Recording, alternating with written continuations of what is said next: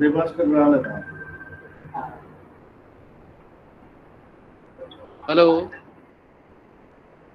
Yeah, Dr. Sir. Can you see me now? 1 minute, sir.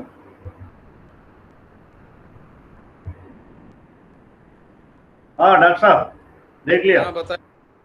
देख आप लिया? देख पा रहे हैं? हाँ देख रहा है सर। अच्छा, मैं अपने मोबाइल से कर रहा हूँ इसलिए अभी ठीक आ गया है। वो उस पे अच्छी बात है, ऐसा ही उससे करिए सर। जो नहीं, अब मोबाइल पे ही रहूंगा क्योंकि फिर शिफ्ट करूंगा कहीं बिगड़ गया। हाँ अच्छी बात है। अभी आपको क्लियर आ रहा है वॉइस और पिक्चर? हाँ बिल्कुल बिल्कुल क्लियर आ रहा है। चलिए ठीक है, फिर इसी से करते रहते हैं। जी जी सर। ठीक है। मैडम ने शायद ज्वाइन कर लिया होगा। हाँ ज्वाइन कर लिया सर। हाँ हाँ हाँ, चलिए फिर ठीक हो गया। अब तो ये है कि जब शुरू आप करेंगे तो फिर हम लोग लाइव हैं अभी।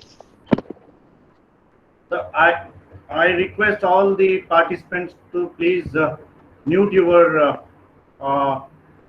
the audio please while inauguration is going on. All participants are requested to keep their audio in mute condition, please. I request all the participants to keep their audio in mute while inauguration is going on. Please keep in mute mode. We are about to start in a few minutes. Please keep right.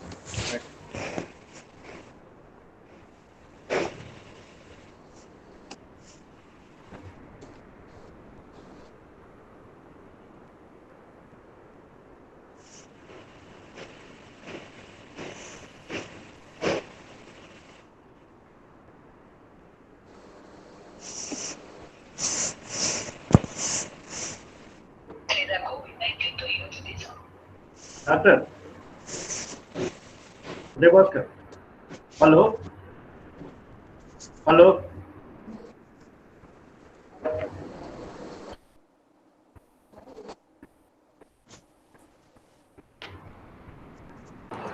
Hello. Please Hello. keep in mute, sir. Mute. Hello, sir. This is Ganga Rao, Registrar Rajagavan Anna University, sir. Sir. Good afternoon, everybody. Good afternoon, sir. Good afternoon, sir. Thank you. Thank you.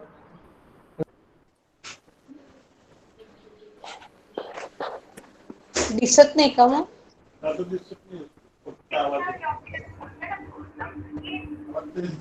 Sir, are you there in the login now? ठीक है ना sir? Can you hear me, sir? Okay. Yes, sir. Sure. All participants, please keep in mute, sir. Please. Mute. Yes, sir. मी दिसायला नको.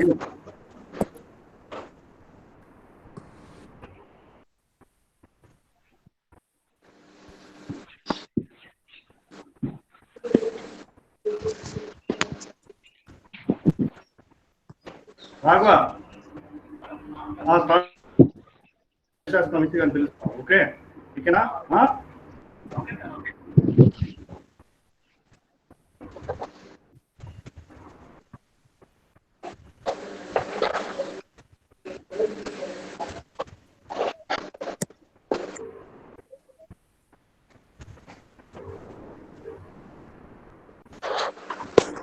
Sir, we are ready, sir.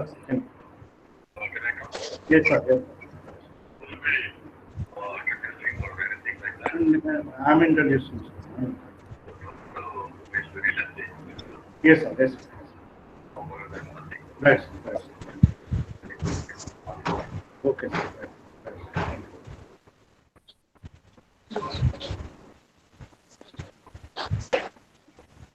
Hello.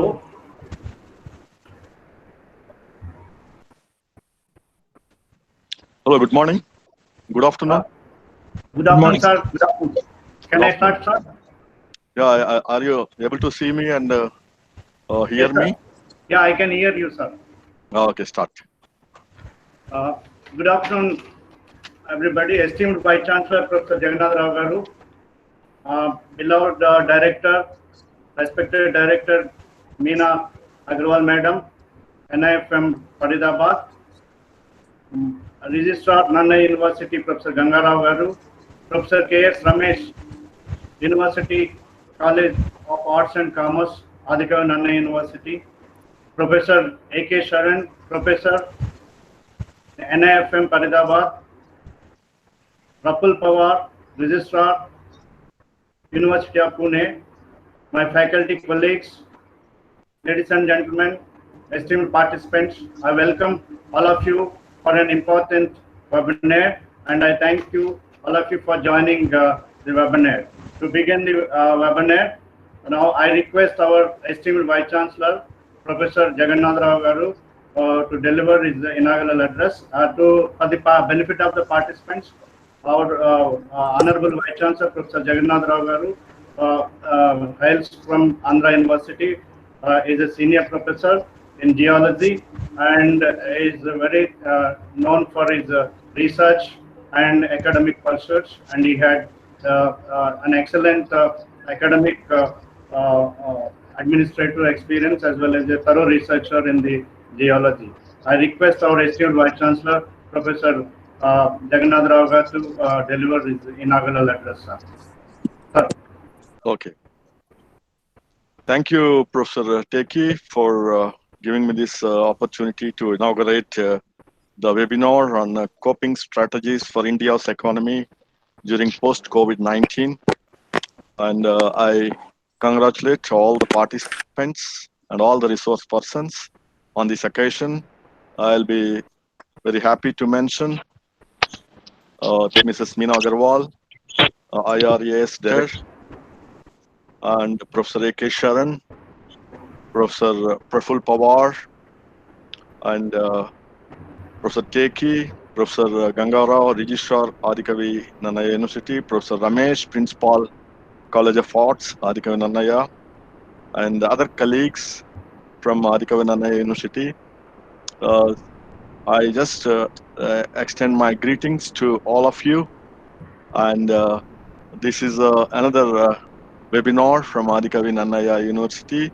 We have been doing, all our faculty are very actively involved in organizing various webinars from College of Science, College of Engineering, College of Arts, and College of Management.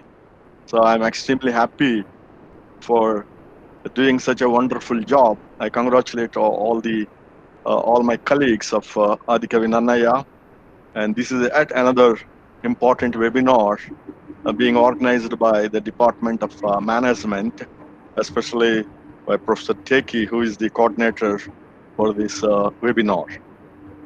The topic is the coping strategies for India's economy during post-COVID-19.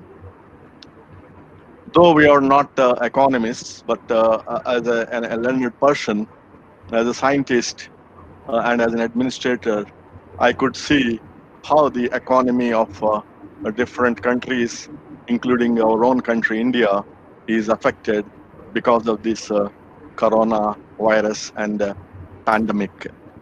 So this is a kind of very special situation where people are just locked down, and because of fear of corona, and the entire country, all the countries and the entire globe is literally shut down. And in such cases, you cannot expect anything, any economic growth. In fact, as I can see as the numbers given by the Professor Teki, I can understand that almost about 32,000 crore rupees per day we are losing in India. So in this way, we can imagine how the world, the countries of the world, lost how many crores or millions of dollars and lot of jobs, and any industries are just closed down, and they are in like a kind of bankrupt stage. So this situation need to be analyzed. Being the economists, all of you being the experts, in such situation, how to revive the economy of a given country?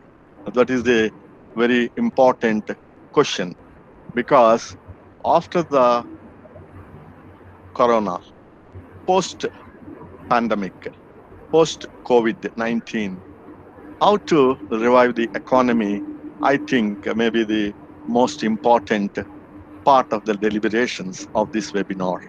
So these are inputs of the remedial measures to be taken to revive the economy, to put the economy of our country back on track is the most important part of those discussions, I believe.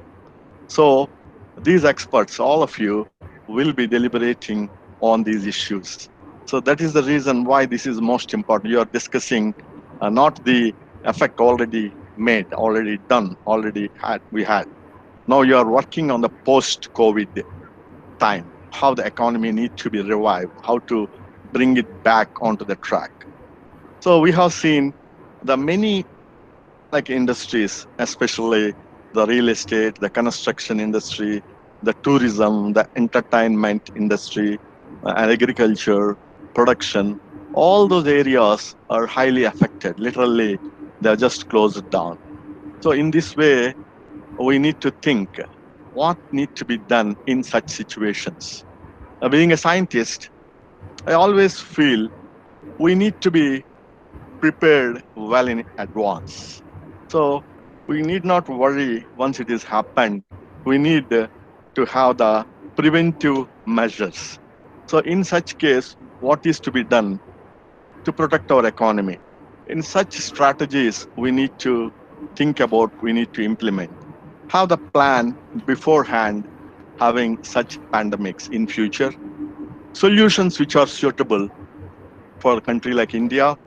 As we all know, I feel India is a special country. It has some specialities. It has some shock absorbers. Even if there is any economic slowdown, will come up very easily because of various reasons which are very technical. But we have seen many times, though we go down, again, the country will become stronger. So that advantage, I feel there are some shock absorbers are there for Indian economy when compared to the European and American and other countries' economies. So people are hardworking. The biggest asset is we have a huge manpower. The manpower is there. They are working at very reasonable price, reasonable salaries when compared to the other countries. So we can take that as the advantage, attract more number of industries for foreign direct investments in this way. So when we have seen many socio-economic and political things are going on in the world. So some countries wanted to come out from some other countries and to invest.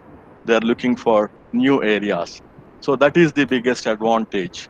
Maybe that is the reason why the government has very recently has declared many incentives and many areas are being privatized.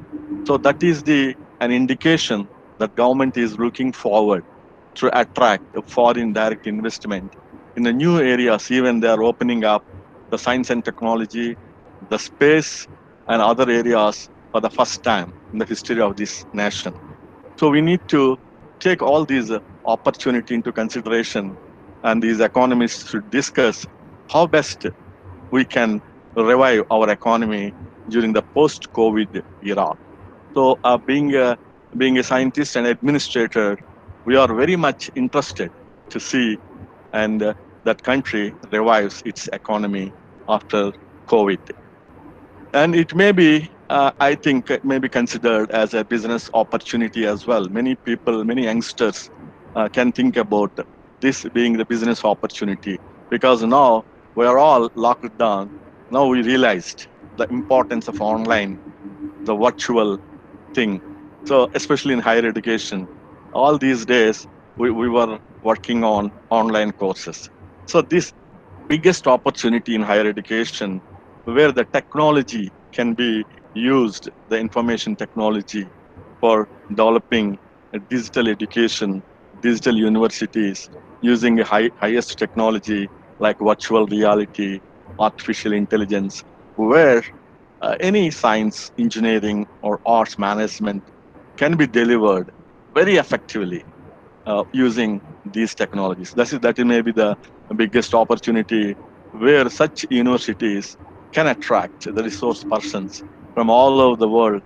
So any person sitting anywhere in the world can get highest quality education, higher education.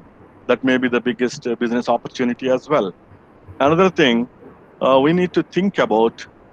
We need to think about the virus-free, bacteria-free housing and office environment and living atmosphere. So where 100% virus-free environments can be technologically created. That may be a good opportunity for science and technology in that area. Similarly, you have opportunity in R&D for developing the vaccines. So now we are worried about developing vaccines after the pandemic has initiated. I strongly feel the scientists and technologists and medical professionals and biotechnology professionals should be able to continuously thinking and developing the vaccines which will be ready for any eventuality in future instead of worrying after the pandemic is just affected us. We do not wait such a we cannot waste our time in that way. Maybe I do not know the intricacies in that, but we need to think about such strategy where vaccines which can be used for in future also if such pandemics are occurring again and again on this global scale. So in this way, this is one of the most important webinars we have conducted, especially the tackling the Indian economy during the post-COVID period. So I welcome all the resource persons and participants. I understand we have very overwhelming response about this webinar. Being the Vice Chancellor of Adhikavi Nannaya University, I welcome you all. I extend my greetings, and I wish the deliberations are highly useful and throw some light in developing strategies to develop the economy and revive the economy during the post-COVID-19. Thanks for giving me this opportunity. Thank you very much.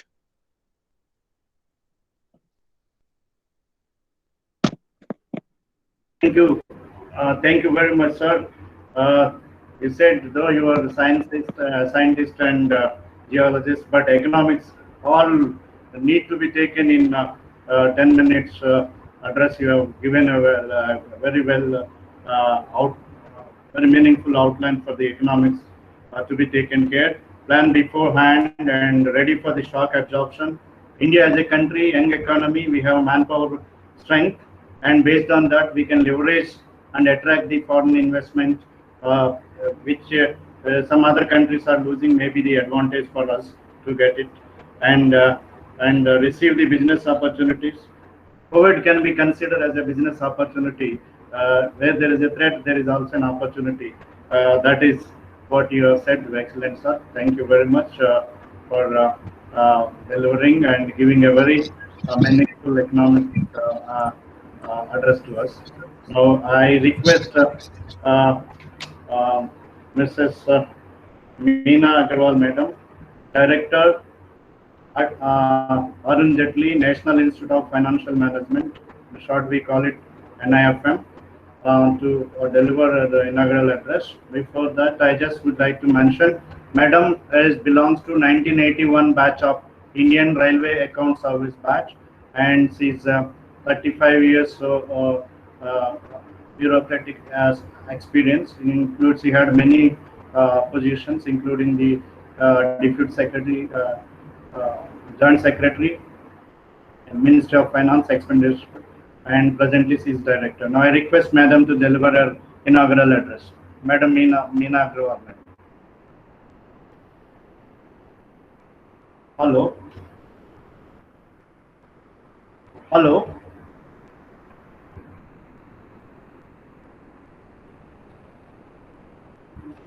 Hello.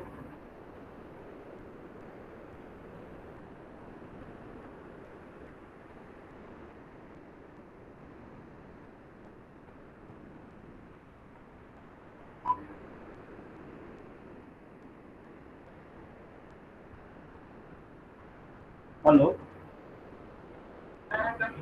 Yeah, madam. Yeah, you have to deliver your address, madam.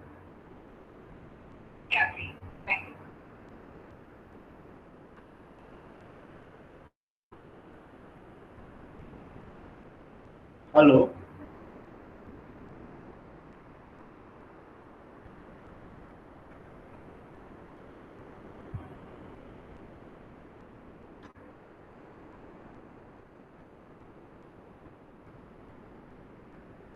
Bhagwa.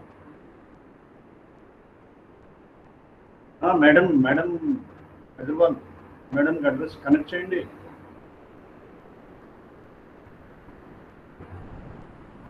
Unmute చేసుకో.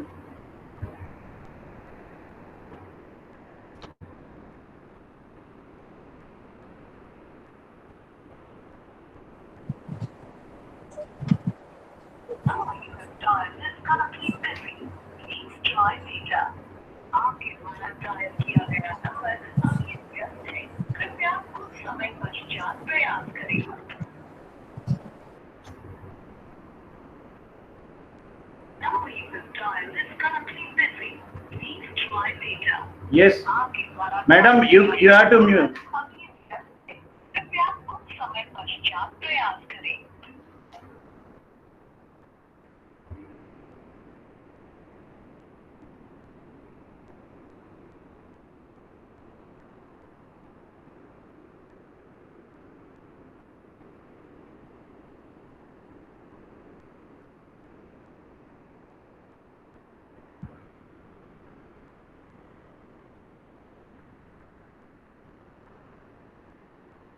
Hello, madam.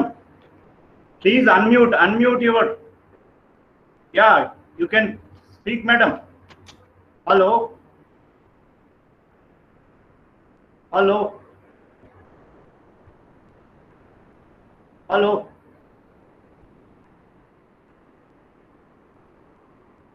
Yeah, please.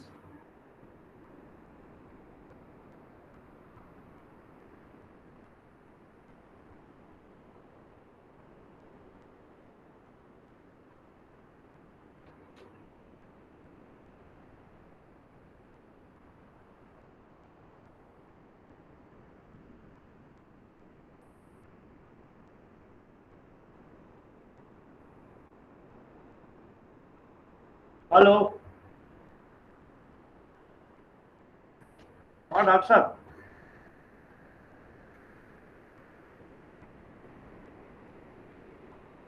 क्या हो रहा है sir?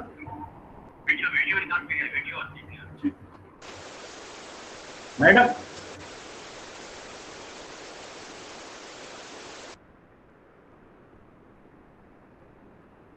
Hello, Teki, Professor Teki. Sir. Why can't you call her? I'm calling, sir. She's engaged. Also. Okay. I'm just. She kept in. Yeah, no, otherwise we'll move on to. We can come back.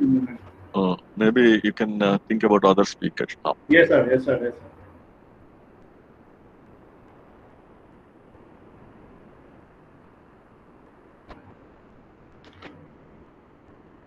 Hello. Hello. Now, can I request Professor K.S. Ramesh, Principal, University College of Arts and Commerce, to give his opening remarks, please? Please. Yeah, Professor Teki. Yes, sir. Can you hear me? Yeah. Go ahead, sir. Yeah. Thank you very much. At the outset, Madam. I welcome Professor, our Vice Chancellor, Honorable Vice Chancellor, Professor Jagannatha Rao Garu, and our Registrar, Professor Ganga Rao Garu, and especially the luminaries of the NIFM, National Institute of Financial Management, in the webinar. Teki ji, can you please mute your... Hello. Teki ji. Hello. Yeah. So, I'm very happy that the Department of Management Studies has organized a wonderful and a very pertinent webinar on the coping strategies for the Indian economy post-COVID-19. it's really a very pertinent strategy.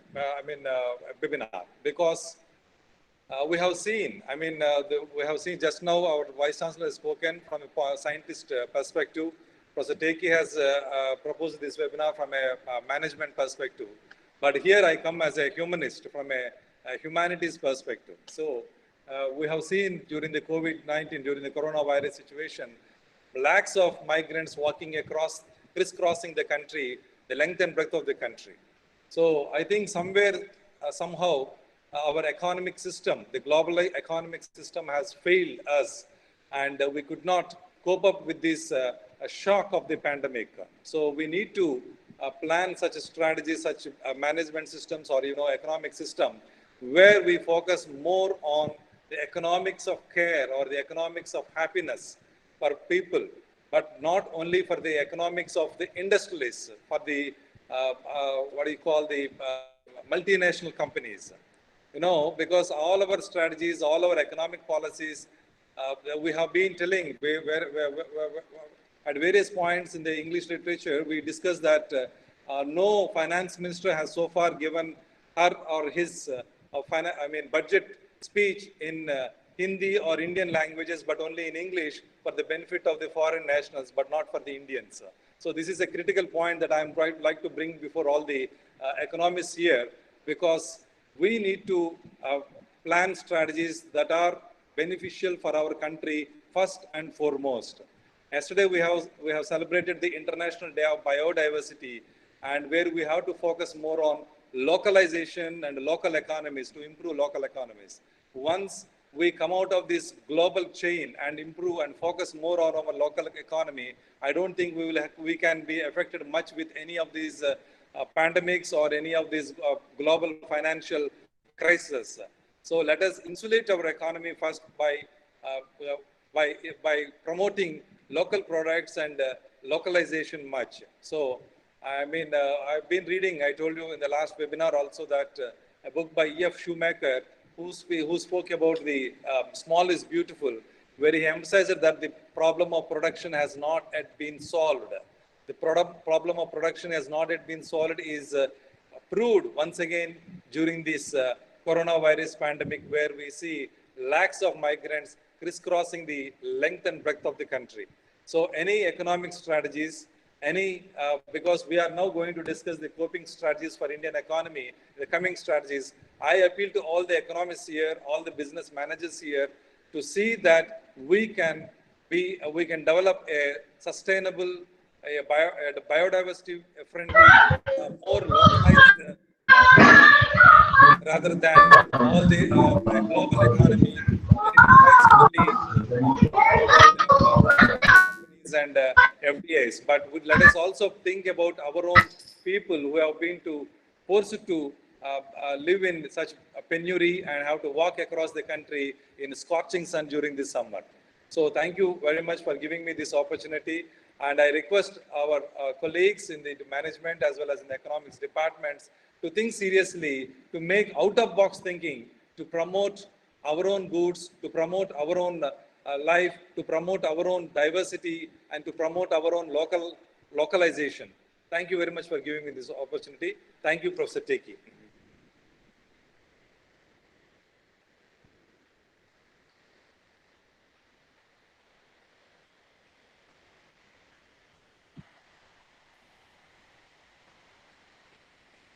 Professor Teki, I'm done. Can you let us move on to the next speaker?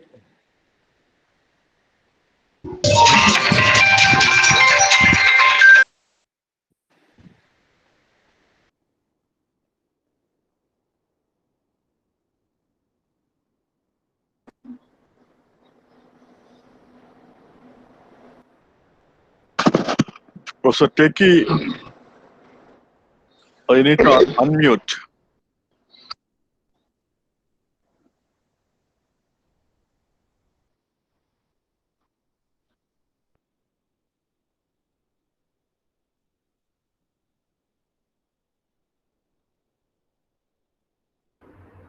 Yeah, thank you, sir.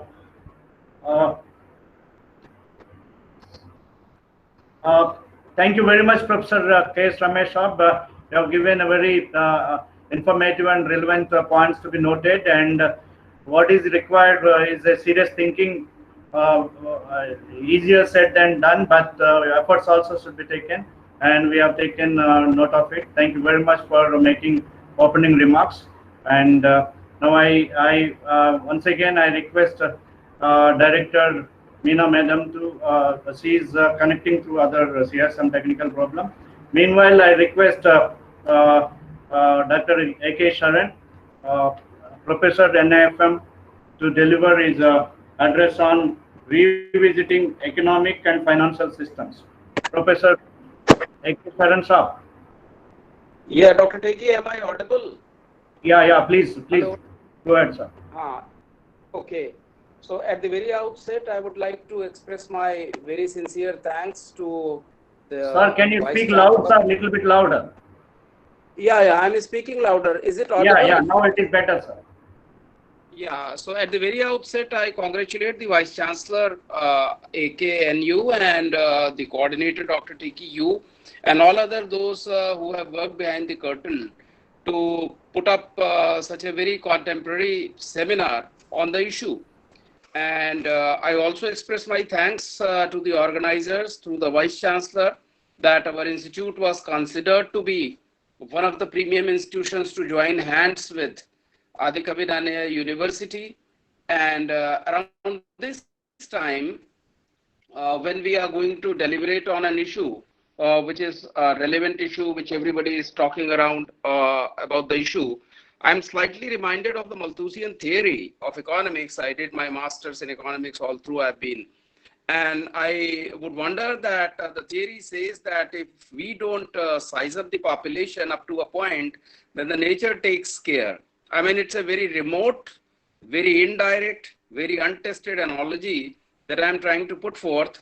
But somehow it reminds me that around this time when we are facing these problems, then possibly the ramifications and other things for the policy makers, they are quite startling.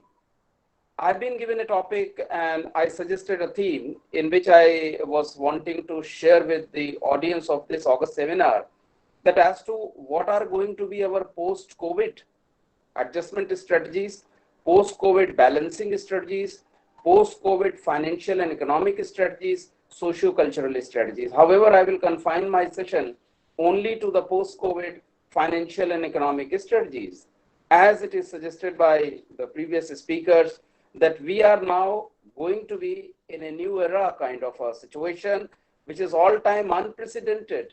We never have had any experience of this kind of a crisis, of this kind of a situation. Now, to come to the point, I would suggest that the spectrum of the incidences of this COVID-19 is very diverse. You have countries where there are hardly any incidences, that you can have them in single digits like Lesotho. Then you have other countries which are in double digits like Bahamas. Then you come over to China, then to Brazil, then to US, in between somewhere we are there. So this spectrum is very diverse, and as such, the incidences of this COVID are going to be very diverse. For one reason, that the entire global economy today is quite interwoven, is quite interlinked. Each country for something or for some other depends on the other country, whether the countries be developed superpowers like US or China, or the countries be small island countries or the other South African countries, where the interdependence always has been an all-time high. So given this situation, when we see the interdependence of economic boundaries with the other rest of the world, we come back to India and find out, given this kind of a scenario, when we are an independent nation, but we are an interdependent economy, how are we going to look at it? How are we going to cope up with this? And how are we going to have a new policy form? So here at the outset, I would suggest, just to give a background, that any economy, and for that matter, Indian economy, can be seen as having four important facets. What are these facets? In the first place, you have an all-time very relevant facet, that is the real sector. Can you keep your phone Little close to your mouth. Your audio is not. Yeah. No, I am keeping my phone very close, but I don't know if it is heard. Can you hear me now better? Yeah. Now it is better. Little better. Okay. So I was telling that Indian economy can be seen from 4 different angles. One Right. angle is the real sector where manufacturing and the production and other things takes place. The other one, of course, is a corollary of that, is a combined thing, that is the services sector. The second sector which we look at is the external sector, that is our exports and imports. The third sector which we look at is essentially our public funds and public finances, that is the government finances part. And the fourth one, which is no less important, is the inflation, the interest rate, and many other variables which in fact impact and influence the rest of the sectors. So now here, if we look at how are we going to cope up all these four separately or respectively separately, we need to have some figures. And if you see at the figures that our GDP, I mean, that is the gross domestic product, this GDP for the 2021 has now been estimated to be an all-time low. Not all-time low, we had it earlier around 1991, but it is still not going to be anything beyond 1.9 or 1.8 or even less than that, because this is an estimate which is pre-corona estimate. Now, if we are going to look at the global growth rate of the international economy, even that is over and above our expected rate of growth of the economy. So what it is likely that all sectors of the economy will have a slowdown. And this slowdown impact is not going to be faded away very fast. It will take some time. So for another 2 years, I can say, giving you a little pessimistic tone, but that is very true.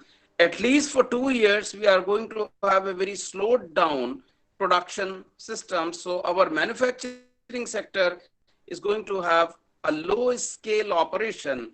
And what is the strategy to cope up with this low scale operation of the manufacturing sector? That as a counter, we'll have to give a dose of booster dose kind of to the small sector, the unorganized sector, and medium sector. So medium, small scale, and informal sector will have to be our forefront, because they will also breed more employment and they will come back. As such, they are substantially contributing to the global local economy. They'll be good enough to cope up with. Now we come to the debt. That is another the government finances, the debt part of it. If we look at the figures of the total debt to GDP, we are very close to having quite 70% of the total debt, of which the external debt is close to 20%. Now, this external debt and internal debt put together leads us to a situation where we have to look to whether the kind of debt sustainability that we had in the past is likely to stand with, and we can have the similar debt sustainability scenario. To my mind, the debt sustainability scenario has to be revisited, and we have to find out, because now when we open up after COVID-19, we'll need more funds. We'll call for investments. We'll call for more loans, both domestically and overseas, to repair and restructure our economy and rejuvenate our economy. Now, in that endeavor, the size of the total debt as percentage of the GDP, which itself has slowed down, will pose bigger challenges for the economy. So what is a solution to that? The solution will be that so far we were having a very small percentage of the short-term loan to the long-term. Now we'll have to have the short-term loan to the minimal and go up for the long-term loan, which we can invest for a fairly long period and get the dividends quite in time. We also have an issue with the foreign exchange, because some people say that our debt sustainability can be easily taken care because we have a big chunk of foreign exchange. Let me here share with you that as per the estimates of the Reserve Bank of India, 8th May 2020, we have close to 485.31 billion of US dollars worth foreign exchange. However, of this, the highest proportion of the foreign exchange consists of foreign foreign capital assets. Now, these are not going to be liquidated that easily. Then the second one that we have is the gold reserves, which again, we don't know how much we should be able to dilute or liquidate. Then we have the SDRs, and the shortest chunk, shortest portion of this total foreign exchange reserves that we have is the US dollars. So we see that when we say we have overflowing foreign exchange, it doesn't mean that every bit of foreign exchange is in our liquid form or in foreign currency forms. The rest is the assets. It could be gold, it could be SDRs, it could be foreign capital or something. So then again, when we look at the debt sustainability, we can't repay the older debt by liquidating our foreign exchange. Then what we'll have to do, we'll have to build up a base which will help us help our debt sustainability. So this is about the external sector. Now we come to the government funds again. And if you look to the budget of this 2021 budget, which was recently presented, we have shown there that we require a borrowing worth 7,96,337 crores of rupees. Given this borrowing quantum, we are going to have still a revenue deficit, which will be 2.7, whereas as per FRBM conventions, we should have reduced it. However, will not be able to, and it will go high. Effective revenue deficits, which is close to 1.8, is also be subject to the revision. The fiscal deficit is as yet higher than the fiscal responsibility standards. It's 3.5. And our primary deficit is 0.4, which is the adjusted fiscal deficit vis-a-vis the interest rates. Now, what all we'll have to do, we'll have to look at the budgetary provisions which are given in the 2021 budget, and maybe a very, very rigorous revision will be required, which will generally put the budget on a different side of the table. Now, given these facts, given these figures, what are going to be the solutions for repairing of Indian economy? Any economy which has been reconstructed and repaired in the past, one thing has been very clear, that we will need to address the financial sector dynamics afresh. That is the fixed income money market, the money market, because the liquidity comes out from there. Interbank markets will have to have a different time. Repo management will be a very different scenario now. And with that, the banking system as a whole, which almost constitutes 2/3 of the Indian economy, will have to be visited afresh. And policies for the commercial bank, for the cooperative sector bank, for the development banks will have to be seen again in a new format. Development banks in particular, which could be your Exim Bank, which could be your NABARD, which could be your SIDBI or whatever, they will be having a larger role in the given context of post-COVID-19. And to come to the conclusion of my limited talk, I would suggest a few measures as an individual. The suggested measures, number one, that we'll need to look to the employment issues. And a solution to the employment issues always finds a way in the medium and small scale industries, which will not only create fresh capacities, which will also address the issues of the employment. Second issue, which I must mention here, that in the coming days, financial frauds, financial misconducts will be an all-time high, because there are many segments which have been just going very sluggish around the COVID-19. So we have to be very careful with reference to the supervision, audit, and management of the financial institutions. Third point, we'll have to capture the volatility of the interest rate.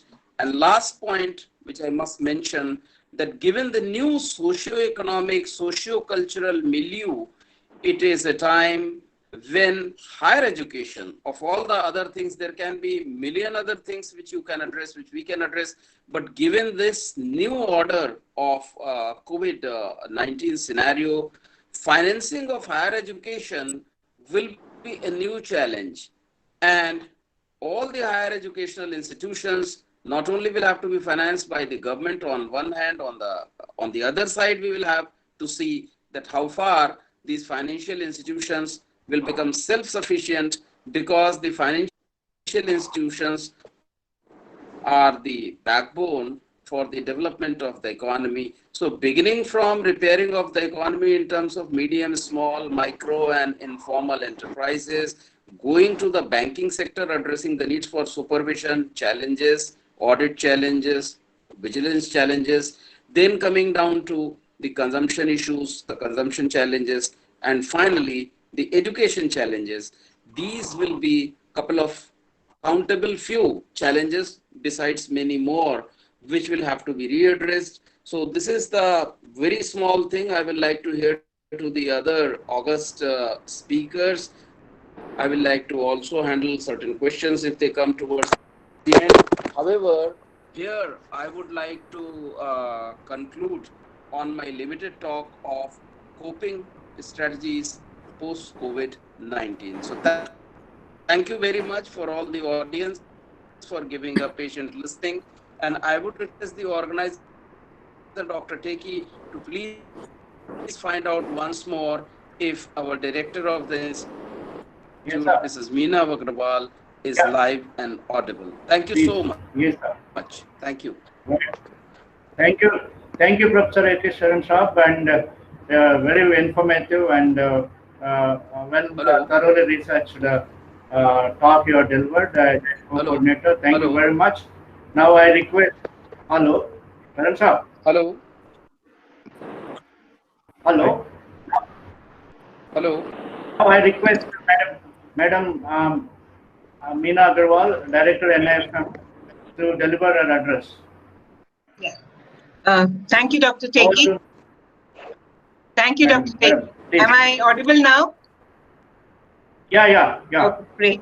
So, Professor Jagannatha Rao, Vice Chancellor, Radhikavi Nannaya University, Professor K.S. Ramesh, Principal, UCAC, Professor Teki, Department of Commerce and Management Studies, ANU, Dr. Sharan, Professor of Finance and Economics at AJNIFM, the movers behind this very topical webinar, all distinguished speakers and participants.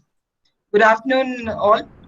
It gives me great pleasure, both on a personal level and on behalf of the Arun Jaitley National Institute of Financial Management, to be a part of this very topical and excellent initiative. So the onslaught of COVID-19 has been all-pervasive. It's indeed a rare occurrence when the thoughts, the actions, and fears of every single person across the globe are tied to just one phenomena. But that is how it is today.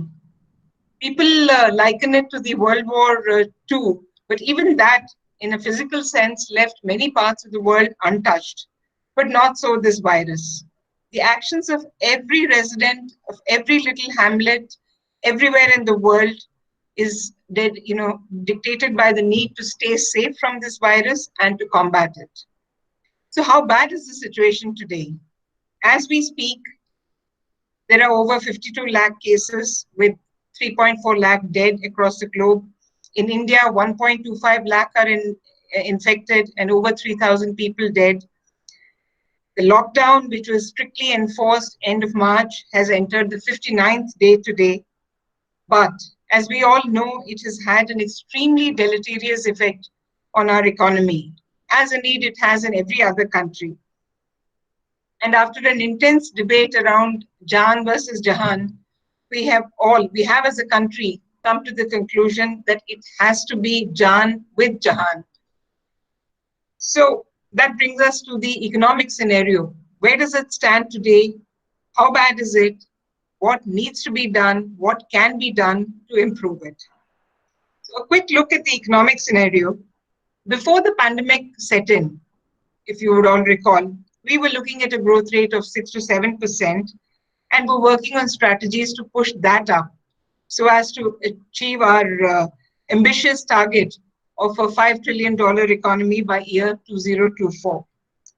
Now, that goal has possibly been set back by, 5 years, 10 years. The estimates vary.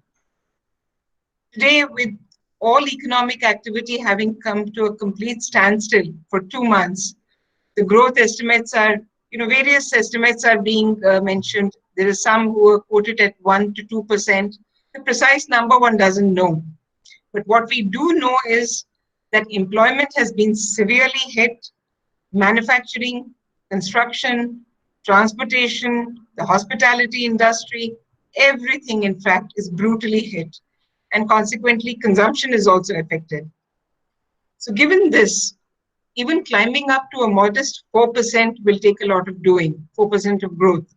And even with 4%, we may achieve that earlier target of $5 trillion only by year 2030, perhaps. So I'm not saying all this to sound pessimistic or to, paint a doomsday scenario, but I feel the magnitude of the situation has to be understood. It has to be acknowledged in order to be able to address it. Our government has, as I'm not an academic economist, unlike many of you, I have been in the government, in bureaucracy, in the Ministry of Finance, and naturally I come in with an overarching expenditure scenario. The government has responded with a huge stimulus package set at 20 lakh crores, which is close to 10% of the Indian GDP. Now, this stimulus package is a mix of many things. It's a mix of fiscal support, monetary support, with several measures aimed to ease up the business processes, as well as some fundamental structural reforms.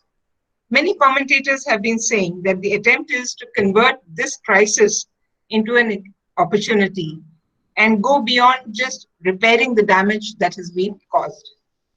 So this 20 lakh crore package includes many things. 1.7 lakh crore was announced way back in March, just when the lockdown had been imposed, as a package of free food grains to the poor, cash to poor women and elderly, as also the RBI's liquidity measures, interest rate cuts, etc. Then there is a set of measures on the supply side. The very first one is to ensure that food security and farmers' incomes are not compromised. Agriculture and related activities have been declared as essential services. So this has enabled successful harvesting and procuring, besides providing some measure of purchasing power to the farmers. A moratorium on debt servicing obligations to commercial banks was the second one. This has been aimed at ensuring that the liquidity crunch doesn't lead to insolvencies or bankruptcies, which would have then forced close downs. Now, we've all absorbed this fact that the MSMEs, the backbone of our economy, has been the worst hit. Special attention has been given to the MSMEs through an additional credit line of 3 trillion without any fresh collateral. Then you have a third set of measures to improve the ecosystem for producers, both in agriculture and manufacturing. Now, the APMC reform, which has been long discussed for a very long time, which has been awaited for a long time, that now seems to be a reality. Hopefully it should happen now. More liberalization in manufacturing through greater space for private businesses, that seems to be a promise. And the very last, you have street vendors who have been done out of business and they are cash strapped. So a credit of 10,000 rupees to street vendors for restocking and using as working capital, that is one of the measures that has been announced. To improve demand, the government has gone in for cash transfers through the Jan Dhan accounts, an additional allocation to the MNR, EGA, etc. So this is the agenda that the government has set for itself. The questions that I expect will get discussed in today's webinar. As I said earlier, it's so topical, would be how best to go about achieving these objectives. Should some of these take precedence over others? So are some objectives should they be attacked earlier than others? Should some of these be expanded to take in other critical areas? Are there quick ways of reviving demand through infusion of spending power? The country needs informed minds to go into all of these areas and come up with quick, workable solutions.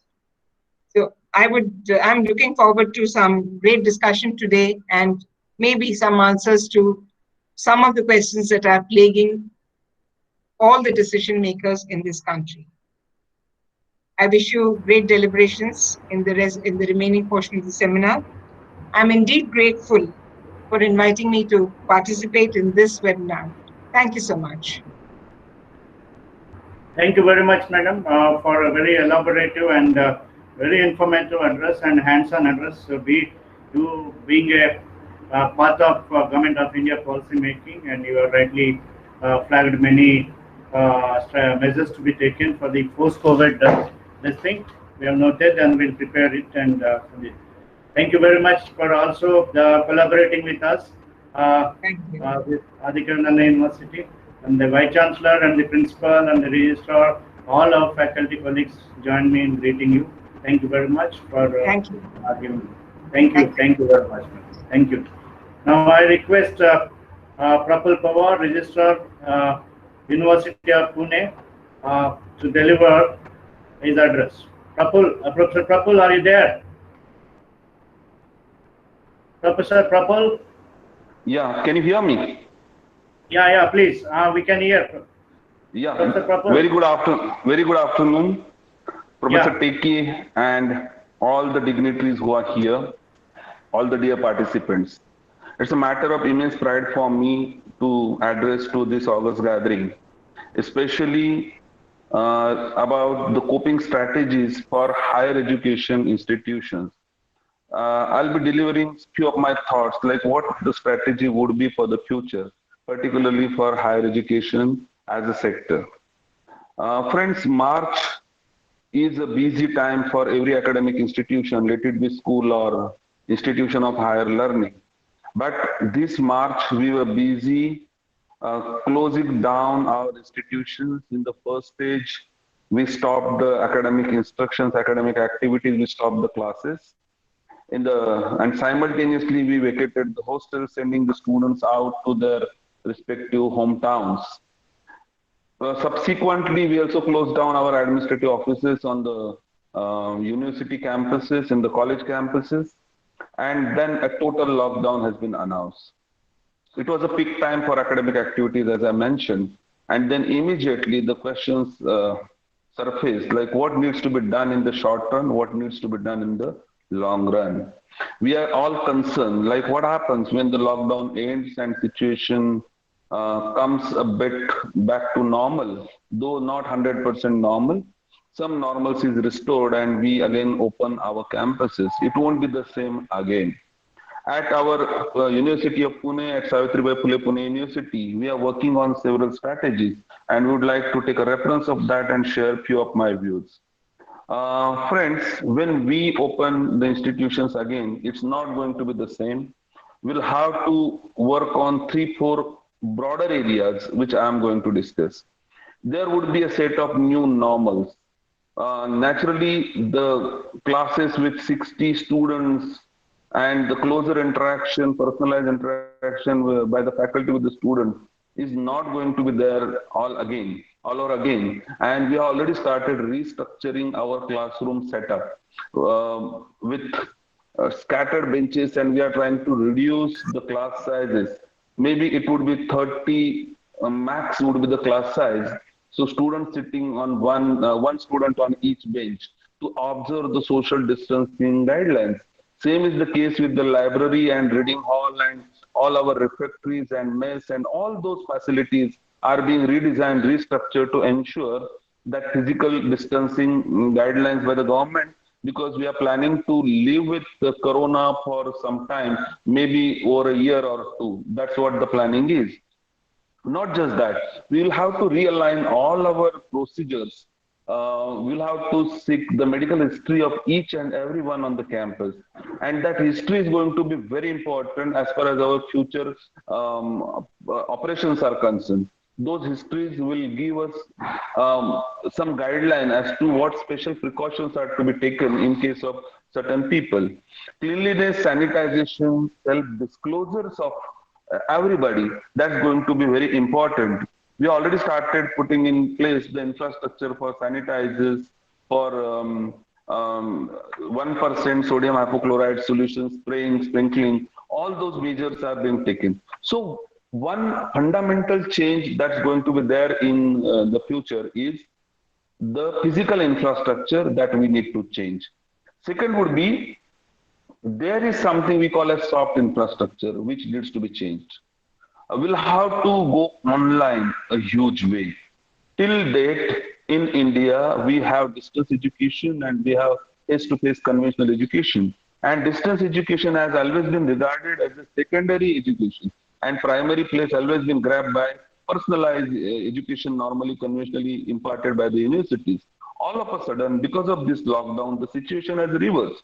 And all conventional educational institutions are talking about online e-content, distance education, video conferencing, so on and so forth.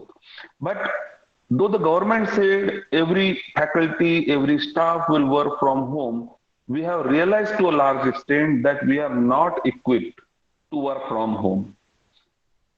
Like IT companies, they are equipped. Maybe educational institutions will have to build IT infrastructure and enable working from home in a big way. We'll have to provide the student anytime, anywhere learning in a big way. We have been discussing about this for quite some time, but this is now the serious time to implement them very seriously at root levels. Naturally, in our university recently, we have made a decision, and we are implementing that 50% of the entire academic curriculum, the syllabus content, will be backed up by e-content through online resources, and the process has already been initiated. The internal quality assurance cell of each institution, let it be college or university, has to be empowered to coordinate, train, and monitor this entire progress. We have started designing, developing learning management system platforms, which is going to be an essence.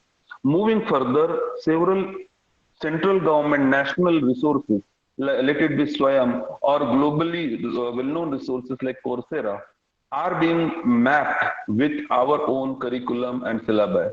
That's how we are, in a short run, we are going to provide the students an opportunity to learn from home anytime, anywhere. So this online thing is going to be a big strategy and is going to be of paramount importance in coping up with post-corona, post-COVID scenario. Third important point is, since our teachers haven't been trained to deliver content online, partially only we have done it. Our students haven't been trained to learn online. Partially they have been doing it. We have to bring in a whole new set of procedures where the students would be counseled to adapt to this change. There would be severe psychological consequences for the students. There could be different problems for the students. Students coming from rural areas, tribal areas may have technological issues, and they may feel that they have been left out in this entire process. And that's where the role of counseling. I would like to highlight, counseling has always been mandated by several ethics bodies, including UGC, and every institution has a counseling center, but it needs to be taken to a new level of spiral altogether post-COVID. In post-COVID scenario, we have to strengthen this counseling infrastructure to a large extent. Fourth point I would like to mention is, all of a sudden, we were exposed to this corona thing, and most of us, including the public administration systems, were clueless, like how to deal with such a scenario. I'm of the opinion that when we resume work, we'll have to bring in some curricula, some module for everybody in health management as well as in disaster management. These two modules are going to be of importance for every academic curriculum. There would be some add-on courses which will tell the students that how to basic health management related aspects, because we are realizing that every hospital, every laboratory, or even the all the public administration services, they want someone who can deliver some primary level health services. Maybe there is an ample opportunity we can come up with such courses, and we can also bring in disaster management as a course module in our curricula. To effectively deal with this disaster management, the university acts of the respective states have to be amended to empower the vice chancellor or the heads of the institutions and the executive authorities to take decisions to deal with such unprecedented kind of situations. Unfortunately, none of our legal framework currently has such provisions. We'll have to bring in those provisions in our acts as well. We have to develop structures, internal structures involving maybe our NCC cadets or NSS volunteers to incorporate disaster mitigation and post-disaster training by involving all the students. So disaster management and mitigation is going to be a big thing. There would be one more fundamental change. If you consider current time, all institutions and students would have been busy in placing their students. This is a placement season. In our university particularly, we have noticed that only up to the March, till the time of lockdown, the students have been placed. And those who have been placed are also under a hanging sword of losing their job offers, because we don't know what the economic scenario would be. Several experts have recently, in this today's webinar, they have commented on how the economic situation would be. But the biggest worry is the students may lose job. My point is, for future, as a coping up strategies, we'll have to evolve altogether a new way, a very different way of dealing with placements. We will have to connect with the industries totally different manner, and same is going to happen for admissions. One of important source of revenue as well as source of status and prestige for all of us is the foreign students admission component. I don't see in this current year that the students would consider taking admissions abroad. Neither Indian students would go overseas, nor overseas students would prefer to come to India. And therefore, the foreign students, international students, admission this coming academic year are going to take a big hit. And therefore, we'll have to devise some blended ways of accommodating these students. If they take admission this year, one year, the first year, they can learn from home in their host countries. And then when they come back, there would be some face-to-face interactive sessions. These kind of hybrid or blended models will have to evolve. In a way, what I am of the opinion that this post-COVID scenario is going to be a drastic deviation from how we had been operating in a normal way till today. I would be happy to, we have come up with a broader booklet of around 100 pages that describes like what strategies would be there for coping up for higher education institutions. And we have released these guidelines for our affiliated colleges. We have around 1,000 affiliated colleges, and we have released these guidelines for our affiliated institutions. I will be happy to share this booklet with Professor Teki for reference and for additional information. I'm thankful to the organizers for giving me this opportunity to share my views with all of you. Thank you so much.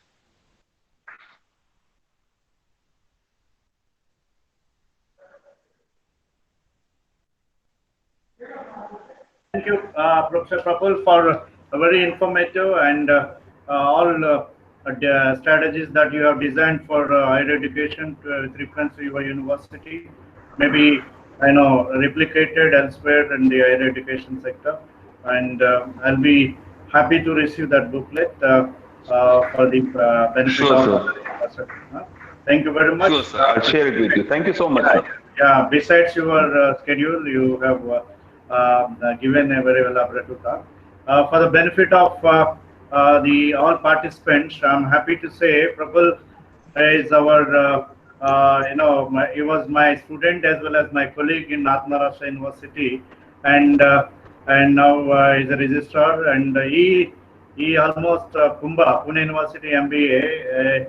He constructed from scratch to a very national level institute. Thank you, Praful, for joining and being with us. Thank you. Thank you, sir. Thank you so much. Thank you. You have been kind. Thank you. Right.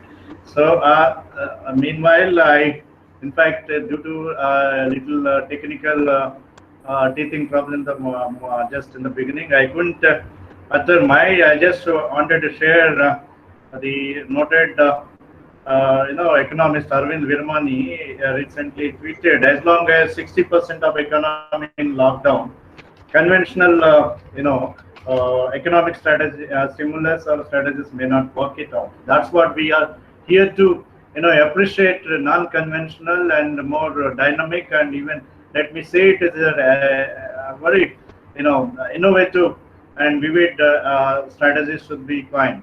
Though somebody said, economics gives always theoretical, but these are the inputs that will go to a policy level. Hopefully, every policy from the government or political system, be the academics give all kind of ground this thing. Somebody also commented, it's premature to speak on post-COVID strategies, but nothing. It is only an intellectual thought we are putting it, and it will be a big shape. As Praful has already said, he designed for one of the outstanding universities in India, Pune University of Pune. They are about to implement in higher education this thing.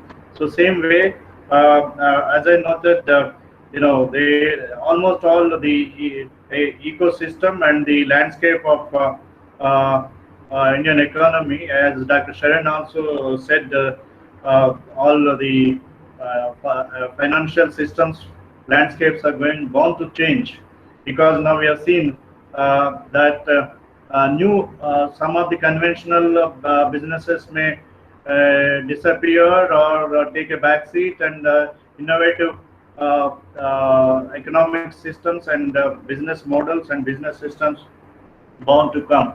In the forefront, we could note the entertainment. Now it may be the home entertainment may be picking up than going out for entertainment, or for at least time being, and concern for hygiene and what is it called, the organic food items. There will be a big boost for the organic food items, and the business houses now can take up in a large way the growing organic vegetables or organic food items, which will have a dual impact. It will also give an economic boost, and it gives an environmental protection. Going back to, we have if you go to an agriculture field now, you see the farming is only either a rice crop, it's a monocrop, or a wheat. The trees on the farmlands have been disappeared. Now they're bound to come back again, because now you have a carbon industry, carbon financing are going to come in a big way. So I keep saying that if you have a tree like mango with a big canopy at your home, or your even in your backyard, you are going to get a royalty, as like your trees will become an employer. The ecological industry, which is going to come as a carbon trading and carbon financing, a big way. It creates a lot of employment opportunities for the rural masses and even urban people who can take it up. You simply grow the trees at your homestead, that gives oxygen and offset the carbons, and there are calculations coming up, and accordingly you will get a royalty or a monthly remuneration for the carbon which you sequester through your trees. So there's no some कुछ खोने के लिए कुछ पाने के लिए कुछ खोना पड़ता है. तो ऐसे some employment loss may be there, but some other innovative sectors like the carbon trading and natural resource and what is it called, the organic farming. All these things are going to come in a big way.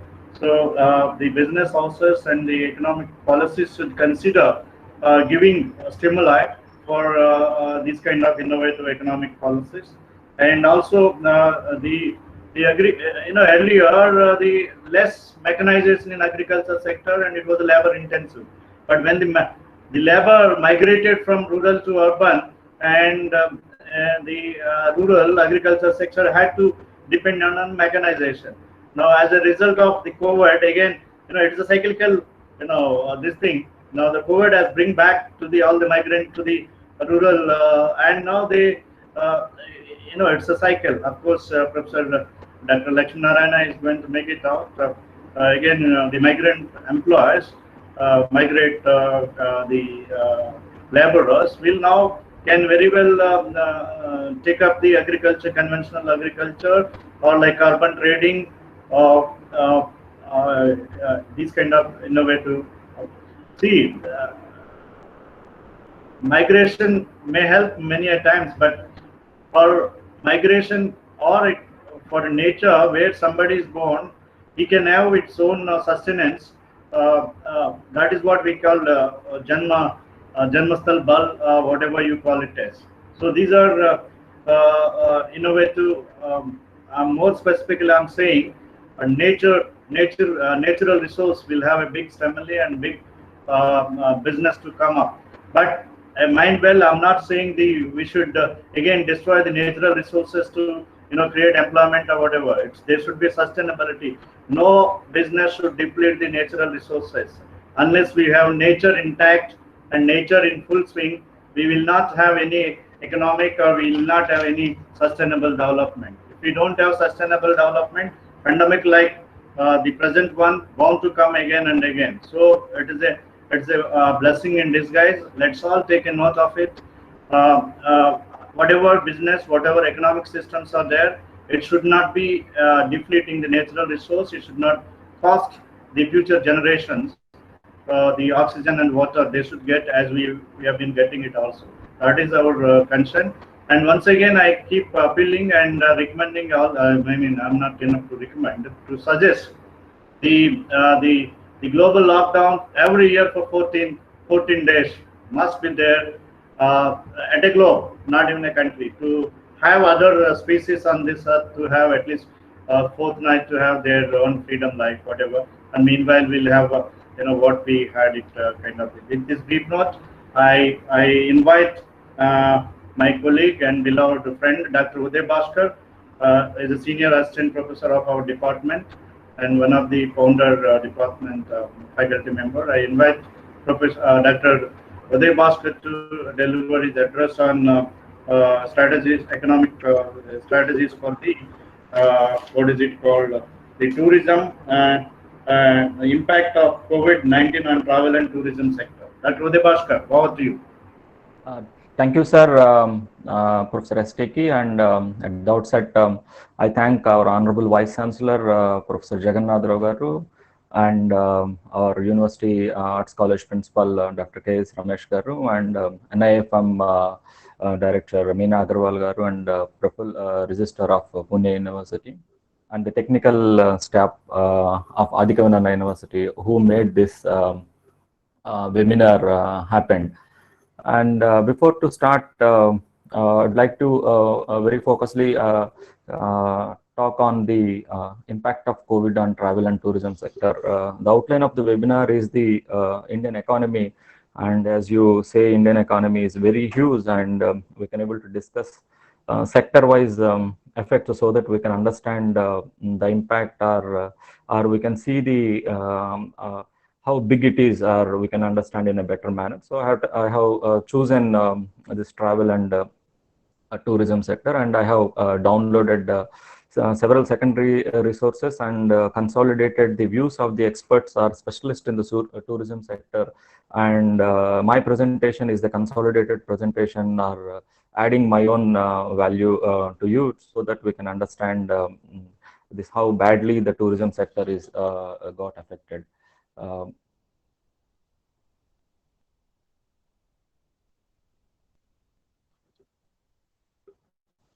before that, any economy has to be boost or has to be progress. It has to be go with that two aspects. One is consumption and another one is the income of the economy and consumption practices of the economy. But for tourism sector, it was affected with the both. So neither the consumption or the income was happened, because the very obstacle of this COVID-19 is like that it restricts on the movement of the people, so that we don't people may not have the thought of spending their leisure time on tourism, etc. So it says that the world economy may contract by 9% in 2020, and the contraction could be even higher if the government failed to provide income support for the help the booster consumer spending. What is people are doing as the income source or income generation has stopped. So people are now living with whatever the savings that have that were there earlier, and they're relying on that. If the savings were exhausted, then automatically the real crisis we will see in the coming months. And major challenges of to this COVID for the overall economy is like, first we will understand whether this shock to the global economy, otherwise the Indian economy, is either temporary or permanent. Let us hope this shock be a temporary phenomenon, so that we can revive fast. Otherwise, if it continues, then one of the badly affected sector is the tourism sector. If COVID-19 persists and continues over a period of time, and if lockdown continues, we cannot imagine the bad effects, especially for the tourism and travel sector. And altogether, the challenges of this COVID-19 is lack of manpower. So as Profil recently iterated, that the higher education is also troubling, and the skills of manpower, to what extent they can exhibit and demonstrate the skills are qualified people is a question mark, because they should be trained to use the online resources, and the faculty need also be trained to inculcate those skills via online. And then as this situation is unprecedented and unimagined, likewise, which sector will go up, and what kind of products will have demand, and what kind of businesses will take the front seat, or like that. We cannot anticipate the demand, except the necessities like food and groceries, livestock will always have a continuous demand. But for the other things, we cannot. It is highly unpredictable to forecast the demand for other products. But the rest of, as long as we dependent on the necessities, no economy will progress. So that is also we should note it. And another important aspect is the liquidity crunch.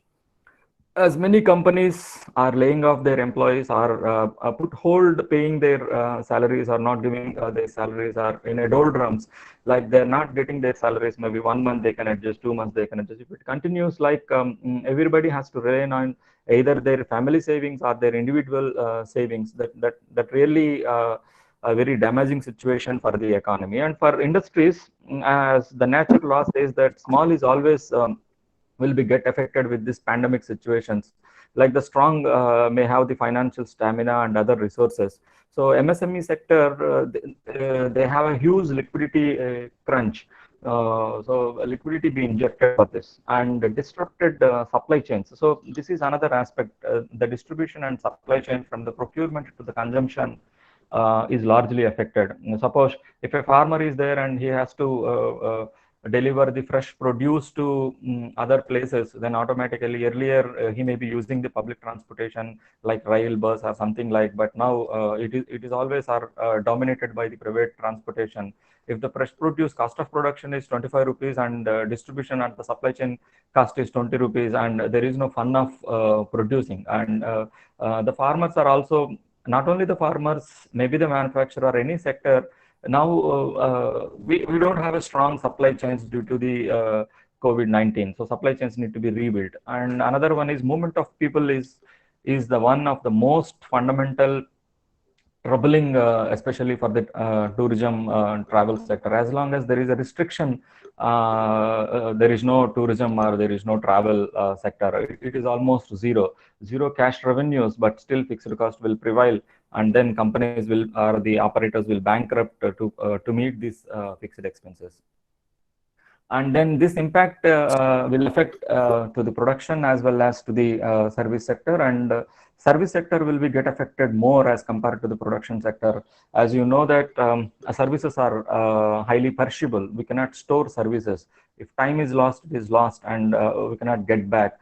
Let us say if it is a small hotel is there and daily revenue is maybe 50,000 rupees in a tier 2 city, and almost 90 days, maybe near to 90 days lockdown, and per day if it is 50,000, 90 days, we cannot imagine the loss of a small hotel, and how many hotels are there in a town, and how many towns are there in a district, and how many districts are there in a state, and how many states are there in India. And if you propagate, we cannot imagine the loss only for the hotel industry, and that is also equally applicable for the tourism and travel sector dependent, like cab waras, rickshaw pullers, and maybe guides, operators, and maybe some kind of cooks, and other allied persons who are there in directly or indirectly dependent upon the travel and tourism sectors.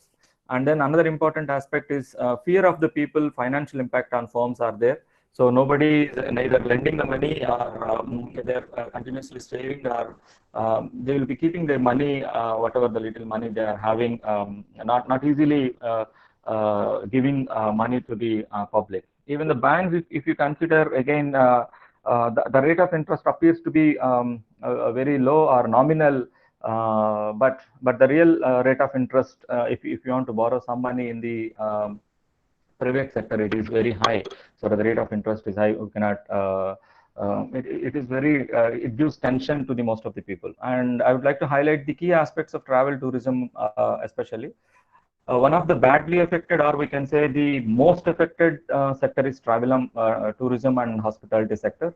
And it is estimated that US $22 billion lost to the Indian tourism travel sector after the COVID-19 announcement. And before that also, like from January to March also, there is a huge decline, because the news of COVID-19 was witnessed or first seen in the month of November, December, and from that point of time onwards, there is a huge loss in the travel, change in the travel plans, and then cancellation of tickets, and also the loss is witnessing from the month of January, and got to the maximum from the after the lockdown announcements, and then potential job loss is 38 million. As I told, there were several. It is like highly fragmented sector. It is not the luxury or costliest setups or entertainment establishments. There are several people are dependent on, like guides, tour operators, drivers, helpers, etc., etc. And all these things have their revenues they lost. And then there is no new recruitments in the near future, and there is no guarantee for it, because the company's biggest problem is like to meet the salaries of the existing employees without any income source. And travel and tourism alone account for 9 to 10% of the India's GDP, and it is also key contributor for the India's GDP, and compared to the domestic tourism, international tourism contributes much. And in the summertime, most of the Indians would like to focus on tourism or plan for their leisure time, because after the examinations, that different types of tourisms are there, either pilgrimage tourism, medical tourism, ecotourism, adventure tourism, or whatever the tourism it may be. So generally they plan in the summer itself. Summer is the peak, all-time peak. They get the tourism sector witness the revenues and they're busy. But due to this year, like they lost. And then more than 60% drop in the domestic travel this year, witnessing from January itself. And tourism is one of the important source revenue for most of the developing countries in Asia, and India also doesn't have any exception for it. And why a recent announcement of the 20 lakhs relief, the government, if you carefully observe that, it is categorized, in my opinion, essential sectors and non-essential sectors, and unfortunately, tourism comes under the non-essential sectors, and hence very less attention was given, or otherwise no attention has been given to the tourism sector, except the extending the loans for a period of 3 months, and now the government is also extended for another 3 months. For essential sectors like pharmaceutical, agricultural, etc., it has been considered, but tourism sector is not considered as the essential sector like this. And these are the strategies I would like to say, or you can consider my view. So, so for tourism sector, neither the income nor the consumption, like reiterating the Maslow's need economy theory, like basic needs, safety needs, luxury needs, social needs, and self-actualization needs. Now everybody would like to take care of their family and their personal health, and only spending for the necessities, groceries, etc., etc., like that, and they're not spending, and there is no thought of spending towards travel and tourism except business or emergency travel. So the revenues, cash flows for the tourism sector is almost zero, close to zero, but fixed expenses will remain continue, so that it is a very difficult situation for the tour operators to maintain and survive. So tourism sector neither witnessing the consumption interest, consumers interest to experience the tourism and travel, nor the cash flows.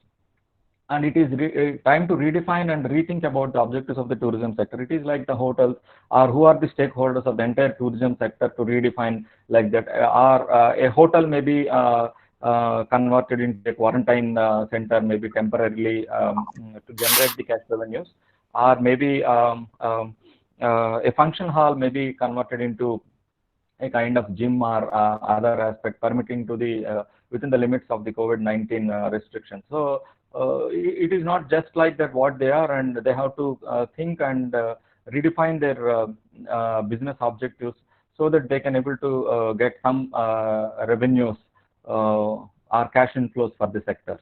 And it is suggestible that full tax exemption to the entire tourism and travel industry, the GST be not implemented for the tourism sector as a relief for at least 18 months post-COVID, and increase the credit allowance to travel, tourism, and hospitality sector. That is another aspect.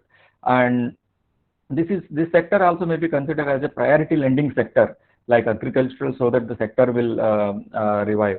So the migrants people are taken care of, and some strategies have been initiated for that. Like that, the tourism dependent people, let it be cab overs. If you say Tirumala is one of the popular pilgrimage center in India, but if you see no one is coming to Tirupati and to visit Lord Venkateshwara, and the people who are dependent on either the hotels or cab drivers are largely they don't know what they are supposed to do. So the government may come into the picture, and they should do something for the benefit of the unorganized people who are there in the tourism sector. And then no collateral security may be sanctioned for a period of 1 year. If anybody is interested to sanction loan, again no collateral security is maybe asked for the sanctioning of the loan. Here I would like to sanction again the banking sector is moratorium and all. There again, though repayment period has been extended, still the interest is adding to the principal, and you have to pay interest on interest. So it is not at all helping except declaring themselves to the NPA. Otherwise, it is helping the banking sector, like sanctioning the additional loans. Again, it is like that. At least the interest on the principal may be waived for a particular period of time, so that people may not be bankrupt. And provision of working capital to meet the immediate cash requirements of the tourism sector, that may be sanctioned. And the relief package which was given only for the weaker section, that may be enhanced. And this is another aspect. If the tourism COVID-19 revives, and after that, so every hotel or tourism sector should publicize the hygiene and rebuild customer confidence by demonstrating in various means, like how you stay, how you feel comfortable at your house, or you feel confident about your home is hygiene, and your family members will take care of yourself. Likewise, the entire tourism sector should demonstrate such kind of things by advertising their hygiene for that, so that the customer confidence will be rebuilt. And after it, the sector with BEP are aiming at survival. So no need of so there is no thought of gaining more profits in the near future, maybe 1-2 years. So the sector will be in great loss. So at least to focus upon the BEP level, or maybe aiming at the very low level of profit to survive the sector may be considered. I told you that redefining the profit center and ensure and maintain the standards of World Health Organization, whatever standards and health are prescribed by the World Health Organization may be practiced. And companies need to be protected. The employees are the dependent of the tourism sector by giving nominal salaries instead of directly retrenching them or lay off the employees. It is also happens in the unorganized sector. Like if you have a good support person and in a hotel or maybe in another industry, and if he is not there, then the entire business maybe you may lose. So that may be considered like that. So these are the strategies I suggested. So thank you for giving me this opportunity. I hand over to Professor Stekhi. Bhaskar, for a very elaborative and it's like a research article, collected a lot of findings and very innovative measures to be taken for the tourism to revive during the post-COVID, and we hope it will be taken some cognizance in making the policies. Now I request Dr. Uma Maheshwari Devi, our colleague and the head of the Department of Commerce and Management Studies, Adikavi Nannai University, to deliver her address on a talk on impact of COVID-19 on hospitality sector. Dr. Uma, over to you. Yes, sir. Thank you, sir. Respected Honorable Vice Chancellor, Professor M. Jagannath Rao Garu, Registrar B. Ganga Rao Garu, Principal Professor K.S. Ramesh, Registrar Perfulla Power, NIFM, Professor S. Stekhi, and other speakers and dear participants, a very good afternoon to all of you. It is indeed a great pleasure to be a part of this webinar. I thank Professor NFIM members for making me part of this webinar. Coming to my topic, I have actually taken the hospitality industry, the impact of COVID-19 on the hospitality industry. So as you all are aware, travel and tourism business especially is on its knees worldwide. Country borders are sealed, cities are at standstill, flights are grounded, ships are docked in harbors, trains are stationary, buses are not flying, hotels are shut, restaurants are shuttered. No one knows when the fury of virus will abate. No vaccine is in sight. People are at their homes. So social distancing is the new mantra, and no one is even thinking of a holiday. So in this context, we all know that hospitality industry is mainly dominated, it is mainly people based. And for the same reason, it is hit the hardest by this pandemic, which has social distancing as its main theme. So the situation calls for everyone to come together. As you are all aware, the role of hospitality industry. The hospitality industry plays a very important role. It contributes 10% of the GDP and employs around 5 crore people. It is the key driver of economic growth and supports millions of jobs. The industry encourages community development and provides guests with unique experiences. If you see the role of hospitality industry, India has an estimated 53,000 travel agents, 1,15,000 tour operators, 15,000 adventure companies, 9,11,000 tourist transporters, 53,000 hospitality companies, and 5 lakh restaurants. So we can understand the significance or the role of the hospitality industry. Coming to the impact of COVID on this hospitality industry. It is said by Rajan Mehra and other industry experts, the business that got affected the most is the travel related industries, especially airlines, hotels, tour operators, and cruise companies. So they projected the revenue loss of more than 50% for the first half of the year. And it is estimated that India may lose up to 2 crore jobs. In 2018, the hotels and tour operators' annual revenues are around $32 billion. But the best case at present, we can say the loss is up to 60 to 70%. It is about $21 billion. The entire value chain, actually the COVID-19 has affected the entire value chain, starting from hotels to tour operators to travel agents. And also, it has not only resulted in for cancelling of the hotels, but also many other events like social and commercial events like weddings, seminars, conferences have also been tied up.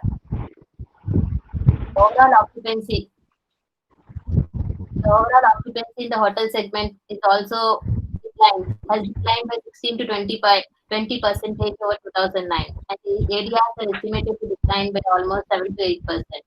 The overall revenue for the hotel sector has declined from $8.85 billion to almost $10 billion, an erosion of about 39% to 45% compared over the last year.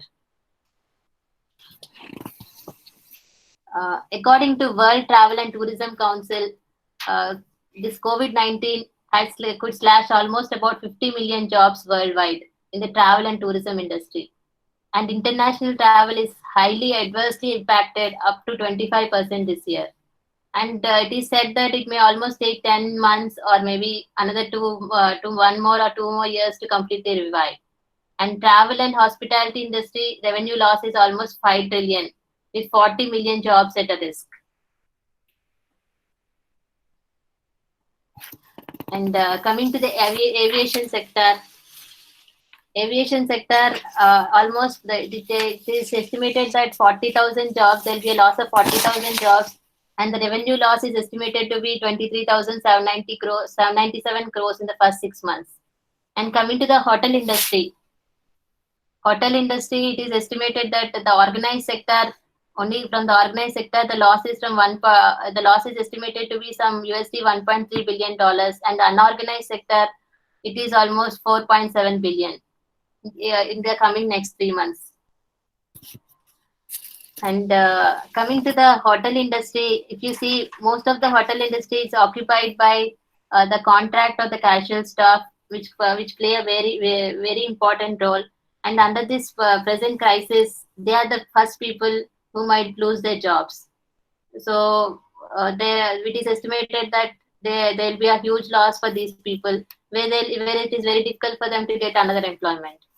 And coming to the global revenue loss for the passenger business, according to International Air Transport Association, it is expected that the loss might be from $63 billion to $114 billion.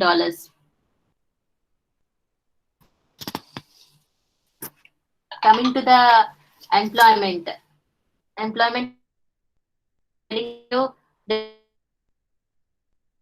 they are expecting that from different estimates, they are saying that it might be 42.7 million jobs. That is about 10 to 15% of the jobs will shrink in travel and tourism.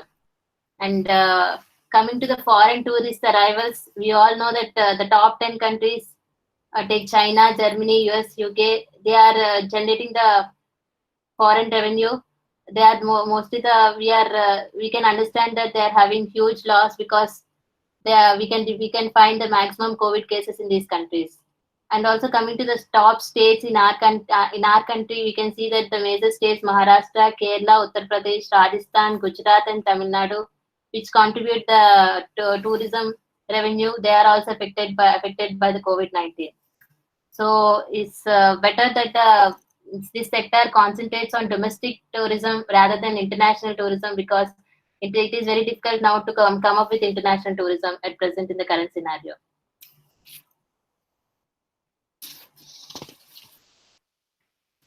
And also because the business travel is decreasing, there is also a severe loss in other ways.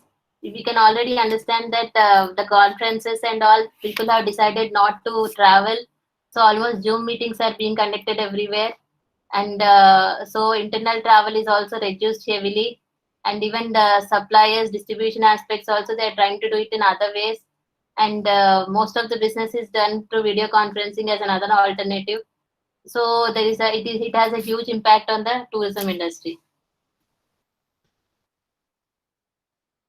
And we can understand the impact of COVID. Even many important festivals, seminars, symposiums got cancelled. The Olympics got postponed. IPL was cancelled. Wimbledon also cancelled.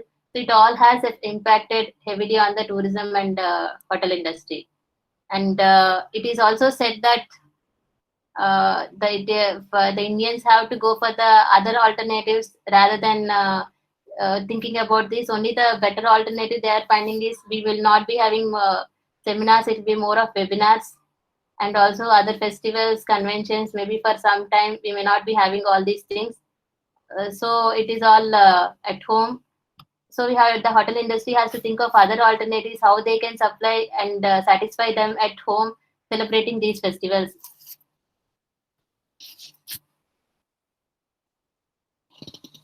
Coming to the leisure industry, so you all know people are not thinking about going out, and so we cannot find any avenues from leisure industry or entertainment. And coming to the actual business loss in the hotel industry, it is not only the owners who are incurring the business loss from the business, they are also suffering losses from the fixed operating expenses, debt repayments, interest payments, and other commitments.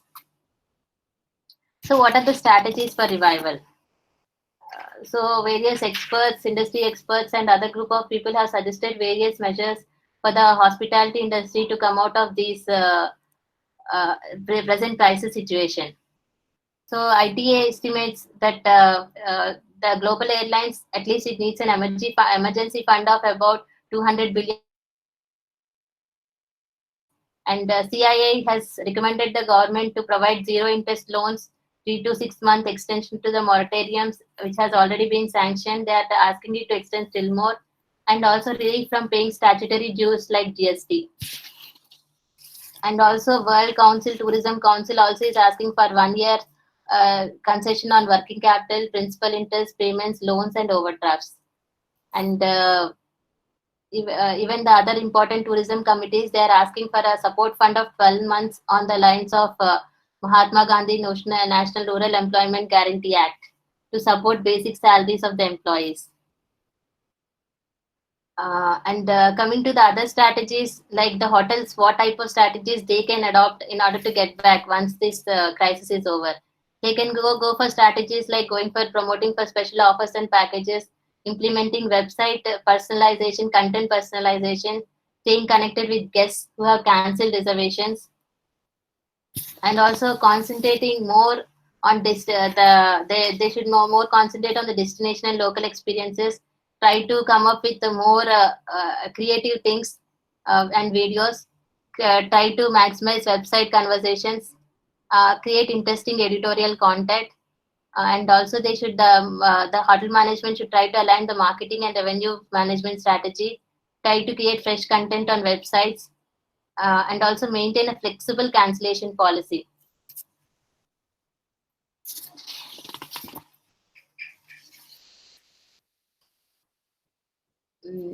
And also hotel industries can go for other ways like allow rooms and meeting space to be booked on hourly increments. And also airlines and hotels, they should be more accommodating on postponements, cancellation, early check-ins, checkouts, and all, especially for the loyalty customers, because they have to be patient and they have to cope up with them. And also they can go for coming to the food service businesses, especially what are the steps they have to take in this present particular situation. So the employees handling food, they should have to follow certain measures, like employees handling food should wash their hands. Employees should stay at least 2 meters away from customers, limiting the number of staff in food preparation. And coming to the delivery service, now hotels are thinking of going for delivery services, rather than they are planning for delivering the food. So the delivery staff should be well trained, and the drivers should wear clean clothing and sanitize their hands. Delivery vehicles should be kept clean and good condition. And wherever possible, contactless delivery options have to be offered. Then coming to the items, the temperature, food temperatures have to be carefully regulated and maintained. Food packaging has to be seriously controlled. And coming to the government support, actually the various associations and industrialists have mainly suggested or recommended the government, demanded the government to support this sector because it is worstly affected. So coming to the government support,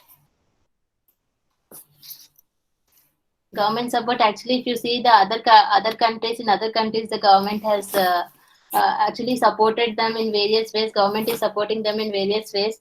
It is really helping the industry. See, for example, if you take European governments, France, Switzerland, Spain, they are almost trying to help the people, trying to help the local business hit by the coronavirus by providing them various kinds of funds. And also governments from Australia, France, Indonesia, Malaysia, Singapore, they have also taken several measures like extension of tax collection deadlines, setting up task force to develop and implement strategies to aid the tourism industry. And also they're coming up with several packages. And in countries like Singapore and UK also, in UK it is like they're giving 80% of the salary to the employees. And in Singapore also they're mainly concentrating on the lower level employees.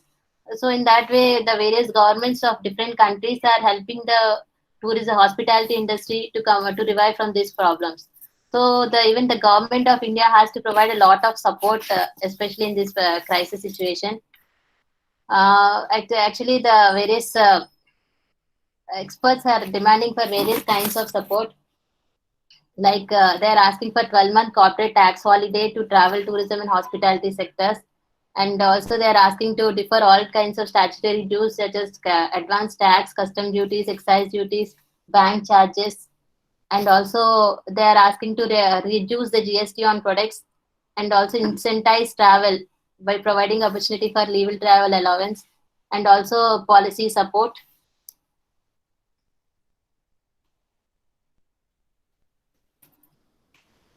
And coming to the hotels, still they can come up with other plans like stopgap plan. Like in this, in the present situation, they are not doing anything. So they can come up with better strategies, how they can, what they can do, so that when really the situation comes, when everything, all these problems are over, they can really increase the demand. So they can focus on other aspects in this particular time period, so that they can really improve their loss which they are incurring. So they have to have a special task force management team and support for returning team members. They should provide, they should be able to bridge the gaps, provide adequate support to the returning employees who have to restart their life again back. And also the hotels have to concentrate at present more on digital and social media strategies. They think about going local. Mainly they should concentrate on local and rather than going for thinking about global. So even the food industry is also affected. Now people may not be preferring foreign foods or other foods. So it is mostly the local food they have to concentrate on and have special packages for target groups. And coming to the sales and marketing also, as I was telling you, more they should try to increase their promotional strategies by giving them the confidence to the customers, giving more confidence that everything will be maintained and they'll not have any other problem. And especially they should also be very careful, and they should have more cost cutting measures. They should be very careful with their revenues and also try to make best use of the inventory whatever they are having. They should be able to maintain the price charts. And also the hotels should be able to understand what are the gaps there, what are the losses they are incurring, and how to recover these losses by adopting other kinds of strategies. So ultimately, at a nutshell, I can say that ultimately, in one way,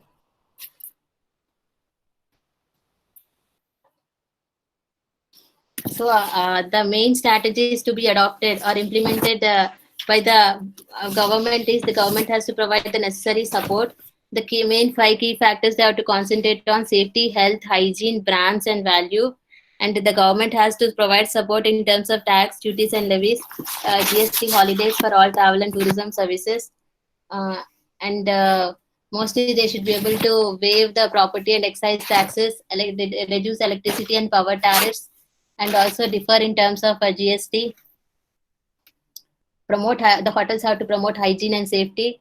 They should more concentrate on healthcare and insurance incentives, and also they should be concentrating on media outreach. They should be campaigning more at present to promote domestic tourism, and also be more flexible and develop media campaigning. And the hotels have to change their layouts according to the requirement. They should be introducing digital menus instead of printed menus, and also there should not be any kind of self service. That is better. And the new layouts of the restaurant should be in such a way that at least the physical distancing should be 3 employees at a radius of 10 feet. Strict sanitation rules have to be maintained for vendors entering the hotels. Maintain the temperatures, and also they should be seeing that there are no swimming pools operated, and also they have to be very careful regarding the vehicles they are using and the luggage and all these aspects. And ultimately, I would conclude saying that at present, it is not the capability that is important, it is capability that is important. How we are able to cope up with the present crisis. So the ability to cope with the change, that is what is required at present. So we all know the slowdown has to be viewed in various stages by the hotel teams. It's now it is time not to think of other things. They have the first thing to survive. They have to gradually revive, and lastly to steadily drive. So first, at present, they have to think about their survival, and then how to revive out of the present crisis, and ultimately how to increase the demand ultimately to overcome the losses. So I would end saying that live for today and plan for tomorrow. So I once again thank Professor S. Teki sir and Nanya University members for giving me this golden opportunity. Thank you, one and all. Thank you, Dr. Uma. Very well informative and hands-on like you have done very informative and feasible suggestions and to the hotel and hospitality industry. Thank you. Now I request the last speaker, but not least, the good economist and the presently coordinator, Department of Economics, Adhikav Nannai University, Dr. P. Lakshminarayana, to deliver his talk on the webinar. Thank you. Thank you, sir. Am I audible? Yeah. Go ahead. Okay. Good evening to the respected Vice Chancellor, Professor M. Jagannath Rao Garu, respected Madam Meena Agarwal, IRAS, ANJ IFM, Professor K.S. Ramesh Garu, Principal, University College of Arts and Commerce, Professor B. Ganga Rao Garu, Registrar, Adhikav Nannai University, and Professor S. Teki, who gave me this opportunity, and Professor A.K. Sharan, Professor Prafulla Patel, Professor Uma Maheshwari Devi, and Uday Bhaskar, and my dear participants, very good evening to one and all. So I am very happy to hear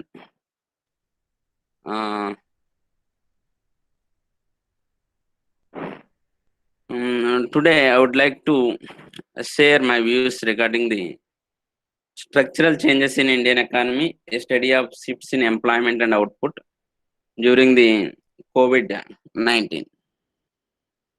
So, as already all the sectors in the economy are disturbed by the COVID-19, the World Economic Outlook, it is a publication of IMF, it projected the global economy and as well as advanced economies and emerging marketing developed economies. So you can see this slide and the what IMF projection in the by 2021, all the economies maybe grow at a rate of 6.6%.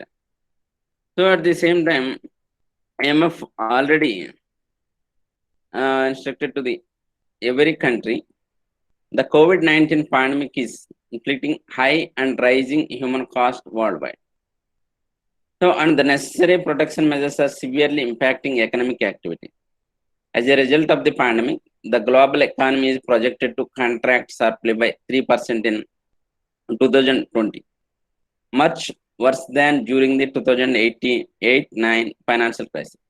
So IMF already projected it is a crisis more than the financial crisis in 2008-9. So any economy can be disturbed with the two things. One is inflation and another one is recession. So nowadays, due to COVID-19, so for this purpose, so we are facing recession. Recession is nothing but unemployment. Everyone losing their jobs. It is called recession.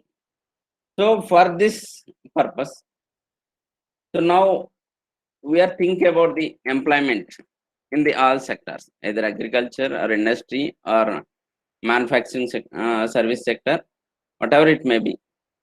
So many people are losing their job. Once people lose their jobs, they are not able to afford to the purchase anything.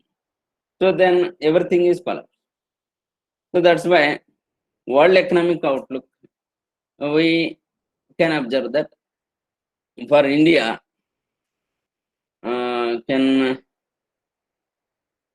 see here by 2021, India also can grow more rapidly than Lakshminarayana గారు sir. Slides లో పెట్టండి.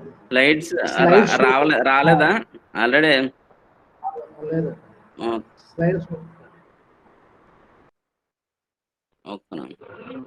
Just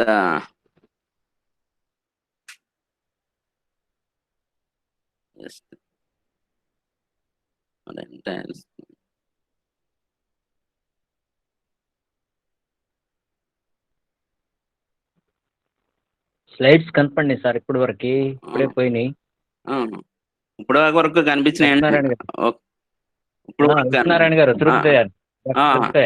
okay okay కనిపించినాయండి ఇప్పుడు వరకు. Okay ఇప్పుడు వరకు కనిపించాయి.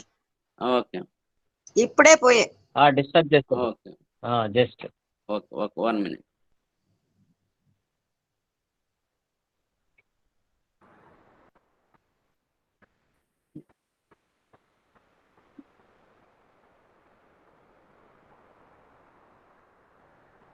Sir we are able to see but slide షోలో లేవు అని చెప్పాను. స్లైడ్ షోలో లేవు.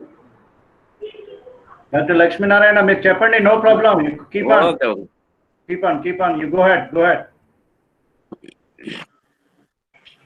Make your presentation sir. No problem. So regarding my topic, slides. A structural change theory is evolved in 19th century. The study of the changes in the structural of the economy started in 19th century. Basically, it focused on heavy emphasis on traditional substantive agriculture to more modern and industrially diverse manufacturing and service economy. So the structural shifts are best exemplified in terms of changing sectoral shares of agriculture, industry, and services in gross domestic product, along with shifts in the output shares. Shifts in employment shares may also occur as a result of either changes in the final demand or due to the differential productivity across the sectors. If the shifts in employment shares are not in tune with the shifts in output shares, income inequalities in the economy occur. So, and some sections of the society may be thrown into distress. So, at present, due to COVID-19, this may be occur. So, one side output is high, another side the employment is low. So, then richer become richer, the poor become poorer. So, income inequalities may be rising in the future. So, I would like to explain some economic concepts here. So, major sectors of the economy constitutes: one is primary sector, second one is secondary sector, and third one is tertiary sector. So, as per the CSO, Central Statistical Organization, by Indian government, classified. Primary sector includes agriculture, livestock, forestry and logging, fishing, mining and quarrying. And the secondary sector includes registered manufacturing, unregistered manufacturing, electricity and construction. Tertiary sector includes trade, hotels, restaurants, railways, transport, communication, banking and insurance, real estate and ownership of dwelling, public administration and other services. So here Professor A.K. Sharan, Professor Dr. N. Udayabhaskar, Dr. Uma Madam already touched some of the sectors from this classification. So all the present day developed countries experienced more or less the same pattern of structural changes. First, a shift from agriculture to industry, and then from industry to services. Historically, the share of agriculture has been seen a steady decline in total output that registered an increase for a considerably long period and then slow decline. So where the share of services has steadily increased. So although an accelerated rate during the period, industry has seen a decline. So this is for developed countries. The first agriculture sector is developed in output and in terms of employment also. And again, the over surplus employment and surplus output shifted to the industry sector. Again, their surplus is shifted to the service sector. So all the developed countries, you can see this type of criteria. So about the structural changes, many of the economists explained.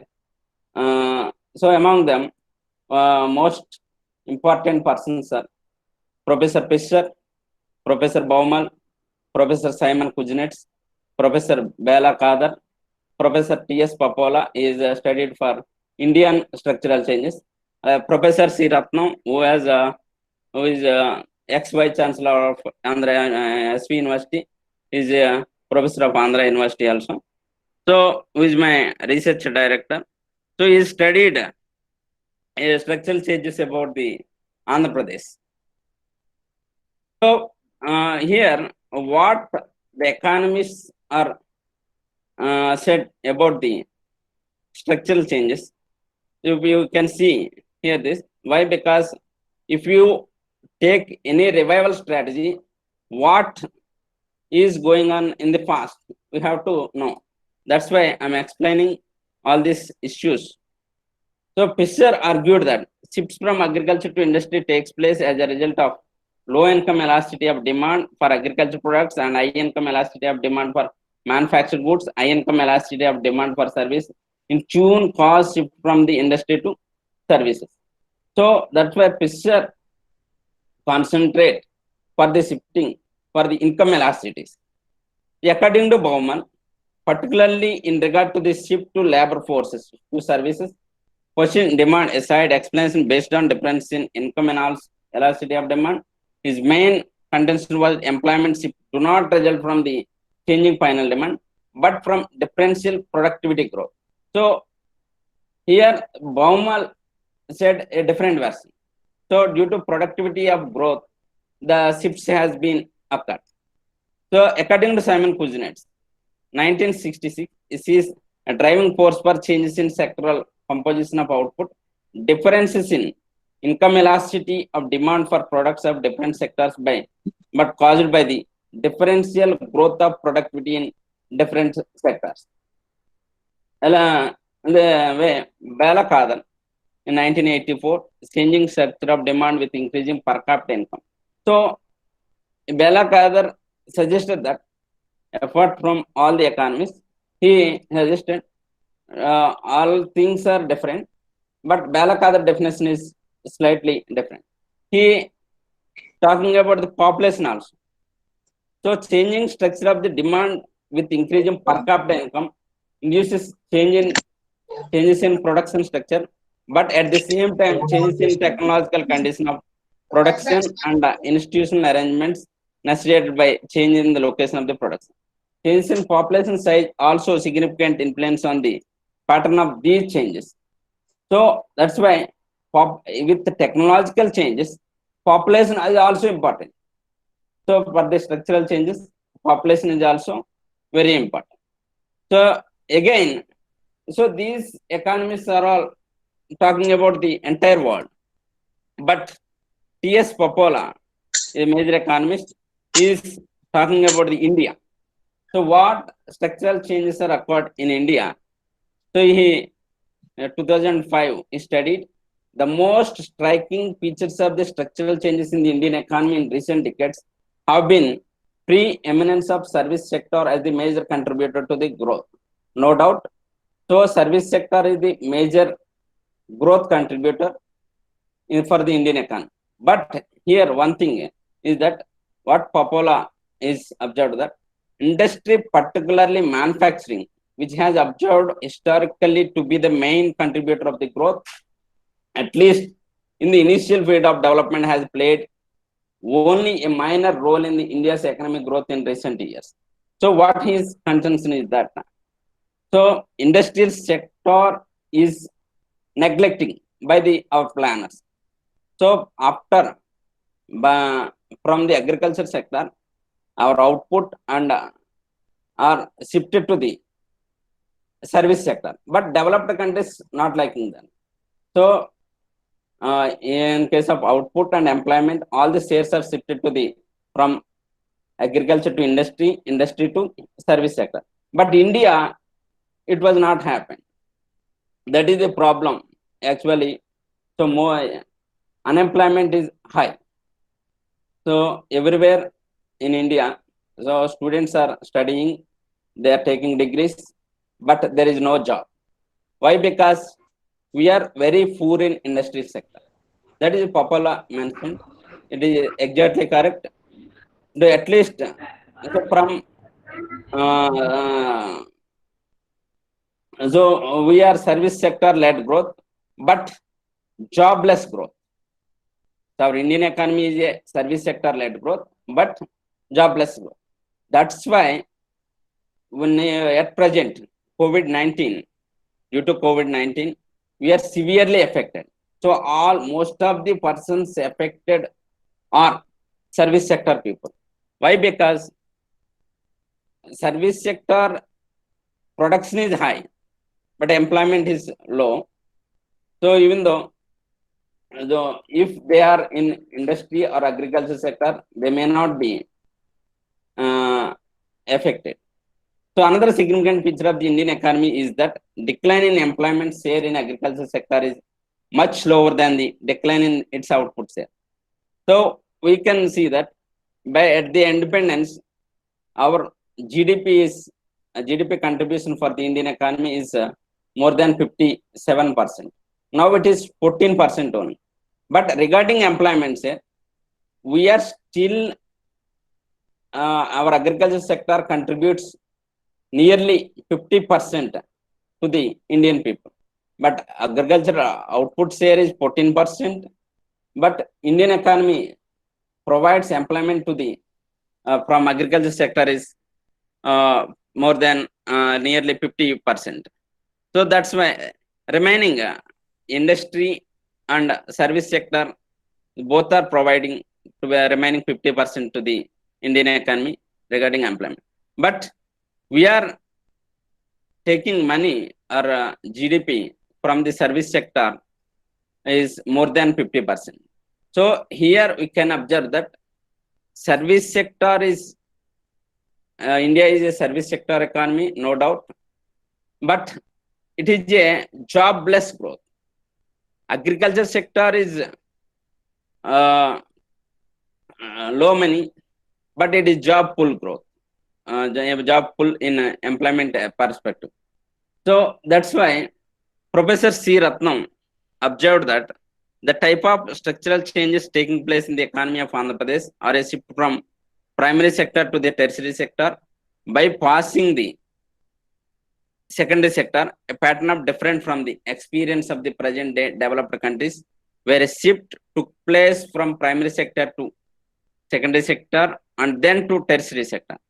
So the tertiary sector is not only the major contributor to NSDP, but also the fastest growing one up before COVID-19. But now this is the service sector is mainly collapsed sector. So although the secondary sector is also growing at a faster rate, its contribution to NSDP is rather low. The primary sector contribution to NSDP is fast declining, and its rate income growth is also low.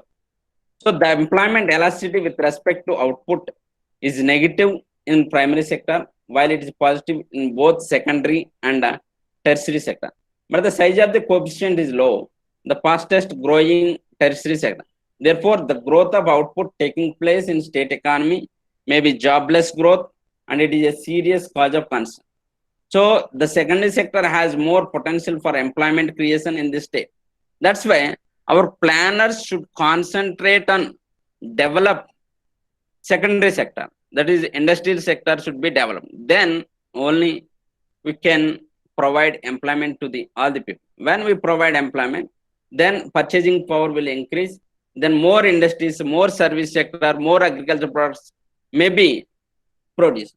So there is a gap is there in the Indian economy. The manufacturing sector is underdeveloped. So there is a gap for the agriculture sector, and service sector is developed. But this service sector is now facing more problem when compared with the agriculture sector. So our planners should concentrate on industry sector. So therefore, for the strengthening of the state economy or Indian economy through the creation of employment, the manufacturing sector should be strengthened. In this connection, promotion of agro-based industries and other small-scale enterprises assume importance. It also helps in the withdrawal of surplus labor from agriculture and strengthening the agriculture.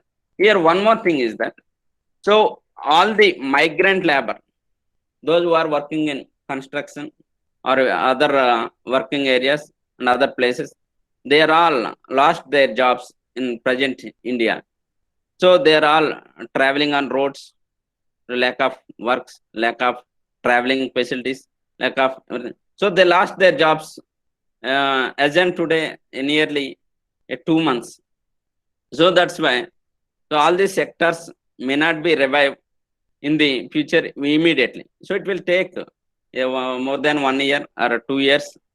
So based on this faculty, these people are also seeking employment in agriculture sector again. These people are seeking employment in agriculture sector again. Hence, so agriculture sector should provide employment. Already, their agriculture sector providing employment to the nearly 50%. So in addition,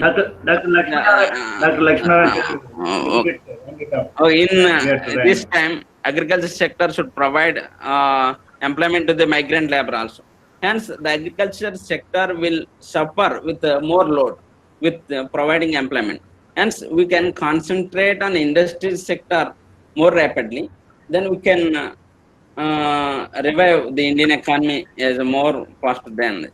So our Prime Minister Modi announced Make in India, Startup India, and many other programs to create employment opportunities. At the same time, to enhance the growth. But growth is not necessary for any economy. We will be offline, Dr. Lakshmanan. Please conclude. But jobless growth. So jobless growth is not suitable for any country, either India or Andhra Pradesh or any other state. So job pool growths are very important. So we have to develop manufacturing sector immediately. So that's why our planners or governments should focus on fiscal policy measures. So not for the monetary policy and fiscal policy, both are two eyes for the revive the Indian economy. But in short run, our planners should be concentrate and should provide employment through fiscal policy measures for Dr. at least Lakshminarayan, please conclude it. 1 minute. Conclude it. Okay. Please conclude. Okay, our planners should be concentrate on manufacturing sector by using fiscal policy measures. This is my suggestions for them. thank you very much for giving this opportunity. Thank you, sir. Thank you. Thank you, Dr. Thank you. Narayana, hetero Thank you. economist, and you have given a very research talk. Thank you very much. I'm sorry because we have a limited time to do. Now I request Professor Ganga Rao Garu, Registrar of our Adikavi Nannai University, to deliver his valedictory address. Professor Ganga Rao Garu is a professor in pharmacy, and he was a pharmacy college principal earlier, Andhra University, and also executive council member, and presently he is our Adikavi Nannai University registrar. So I request Professor Ganga Rao Garu, and at the outset I thank him for agreeing to deliver the valedictory address. Professor Ganga Rao Garu, please deliver the valedictory address. Professor Teki Garu, thank you very much for your introduction to me to this August gathering. Honorable Vice Chancellor, Professor M. Jagannath Rao Garu, Principal and Executive Council Member of Adikavi Nannai University, and the Principal Arts College, Adikavi Nannai Arts College, and other colleagues from the university, Professor A.K. Sharan, and in his talk what he said is that whatever welfare funds government has allocated, those funds needs to be audited or accountable. Otherwise, there are so many ways to misuse the funds. This is very good suggestion, sir. And Mrs. Meena Agarwal also, she told that 20 lakh crores are extended to the Indian government for the purpose of the welfarement of the or upliftment of the economy of the country. Here I would like to mention one thing, madam. I think they forget about they ignore about the unsector employment or migrant laborers. We are seeing during this COVID from the beginning onwards, hundreds of kilometers they are walking with no water, no food, and meanwhile some are delivered, some are died, and this situation was so long it will happen, still is happening, and this type of situations also need to be addressed by this is cope-up post-COVID strategies, develop post-COVID strategies. And also Professor Praful Pawar, he mentioned about the online teaching. Online is very good. At this crisis, online teaching is very important, and to develop the online strategies for the teaching. And we need to improve our technical supports. Like suppose in this, you know that rural areas may not have this type of facilities for some of the students. That type of thing we are addressed. Moreover, that we need to address the lab facilities. Of course, it is humanities and some of the literature. Okay, this type of webinars maybe good. But what about labs? They should have the physical experience of instrumentation, and also laboratory experiments. Without that, they are unable to, where the science and technology people, engineering people, and pharmacy people, and other technical people, they need to improve their skills by seeing all this. That also we need to address in them.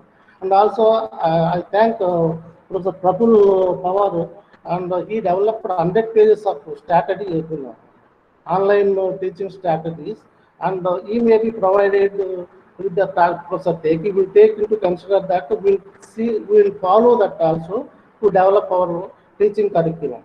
And thank you, sir. And Dr. Uday Bhaskar and Dr. Uma Maheshwari Devi also, they stressed about the tourism and the hospitality, tourism, travel and hospitality.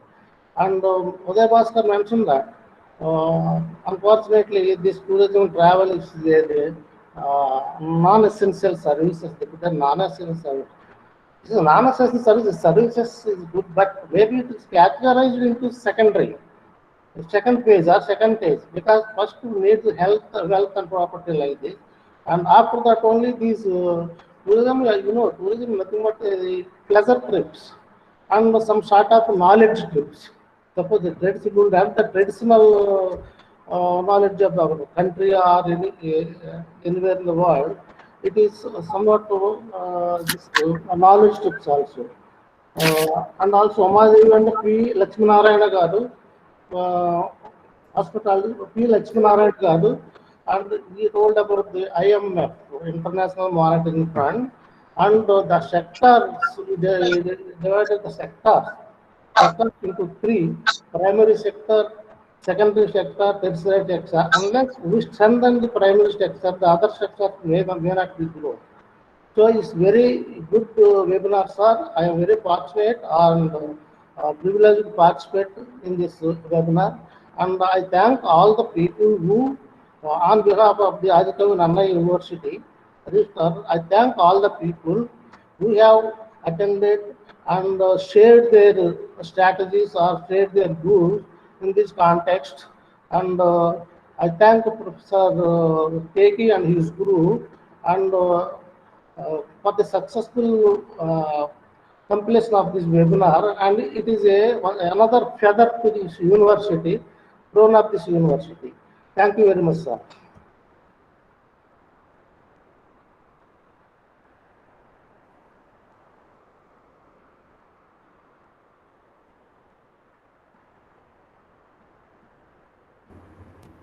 Hello. Thank you very much, Professor Gangarao Garu, for a very informative and summing the valedictory address. Thank you very much. You have very comprehensively concluded the webinar. Thank you.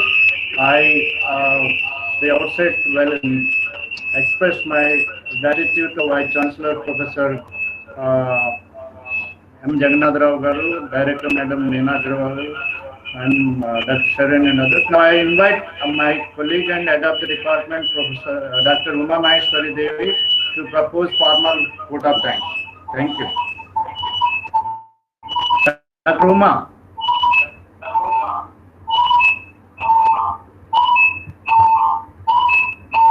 Hello.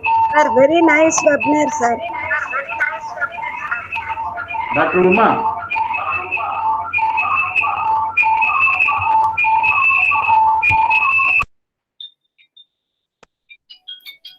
Hello? Hello, am I audible, sir? Hello? Hello? Yes, ma'am. Yes. Audible, Audible, sir? Audible, sir. Okay. Respected Honorable Vice Chancellor, Registrar, and other dignitaries and participants, it's indeed a great privilege to propose the vote of thanks.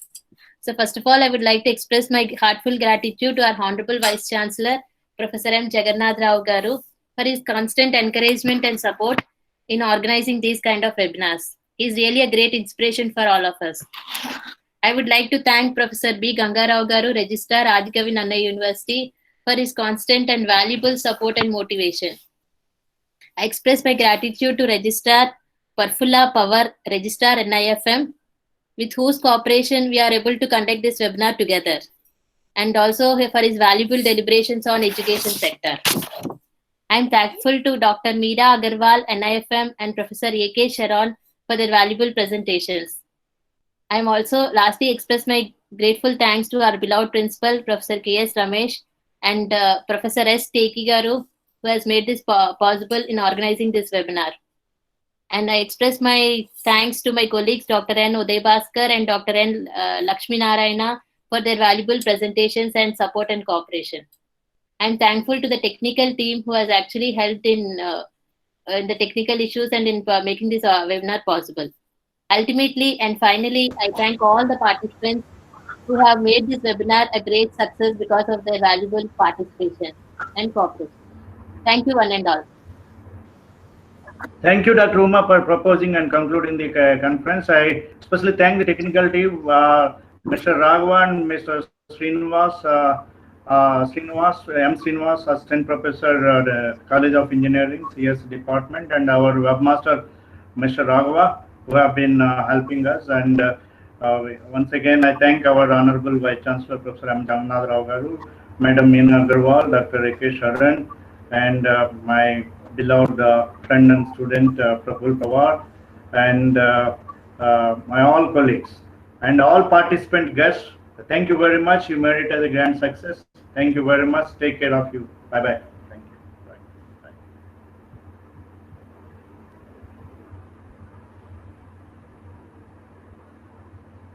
Very nice program, sir. Congratulations, sir. Thank you. Thank you. Thank you very much, sir. Bhagwa. Thank you, sir. Thank you to all. Thank you, sir. Thank you, sir. Very much nice program, sir. Thank you, sir. Thank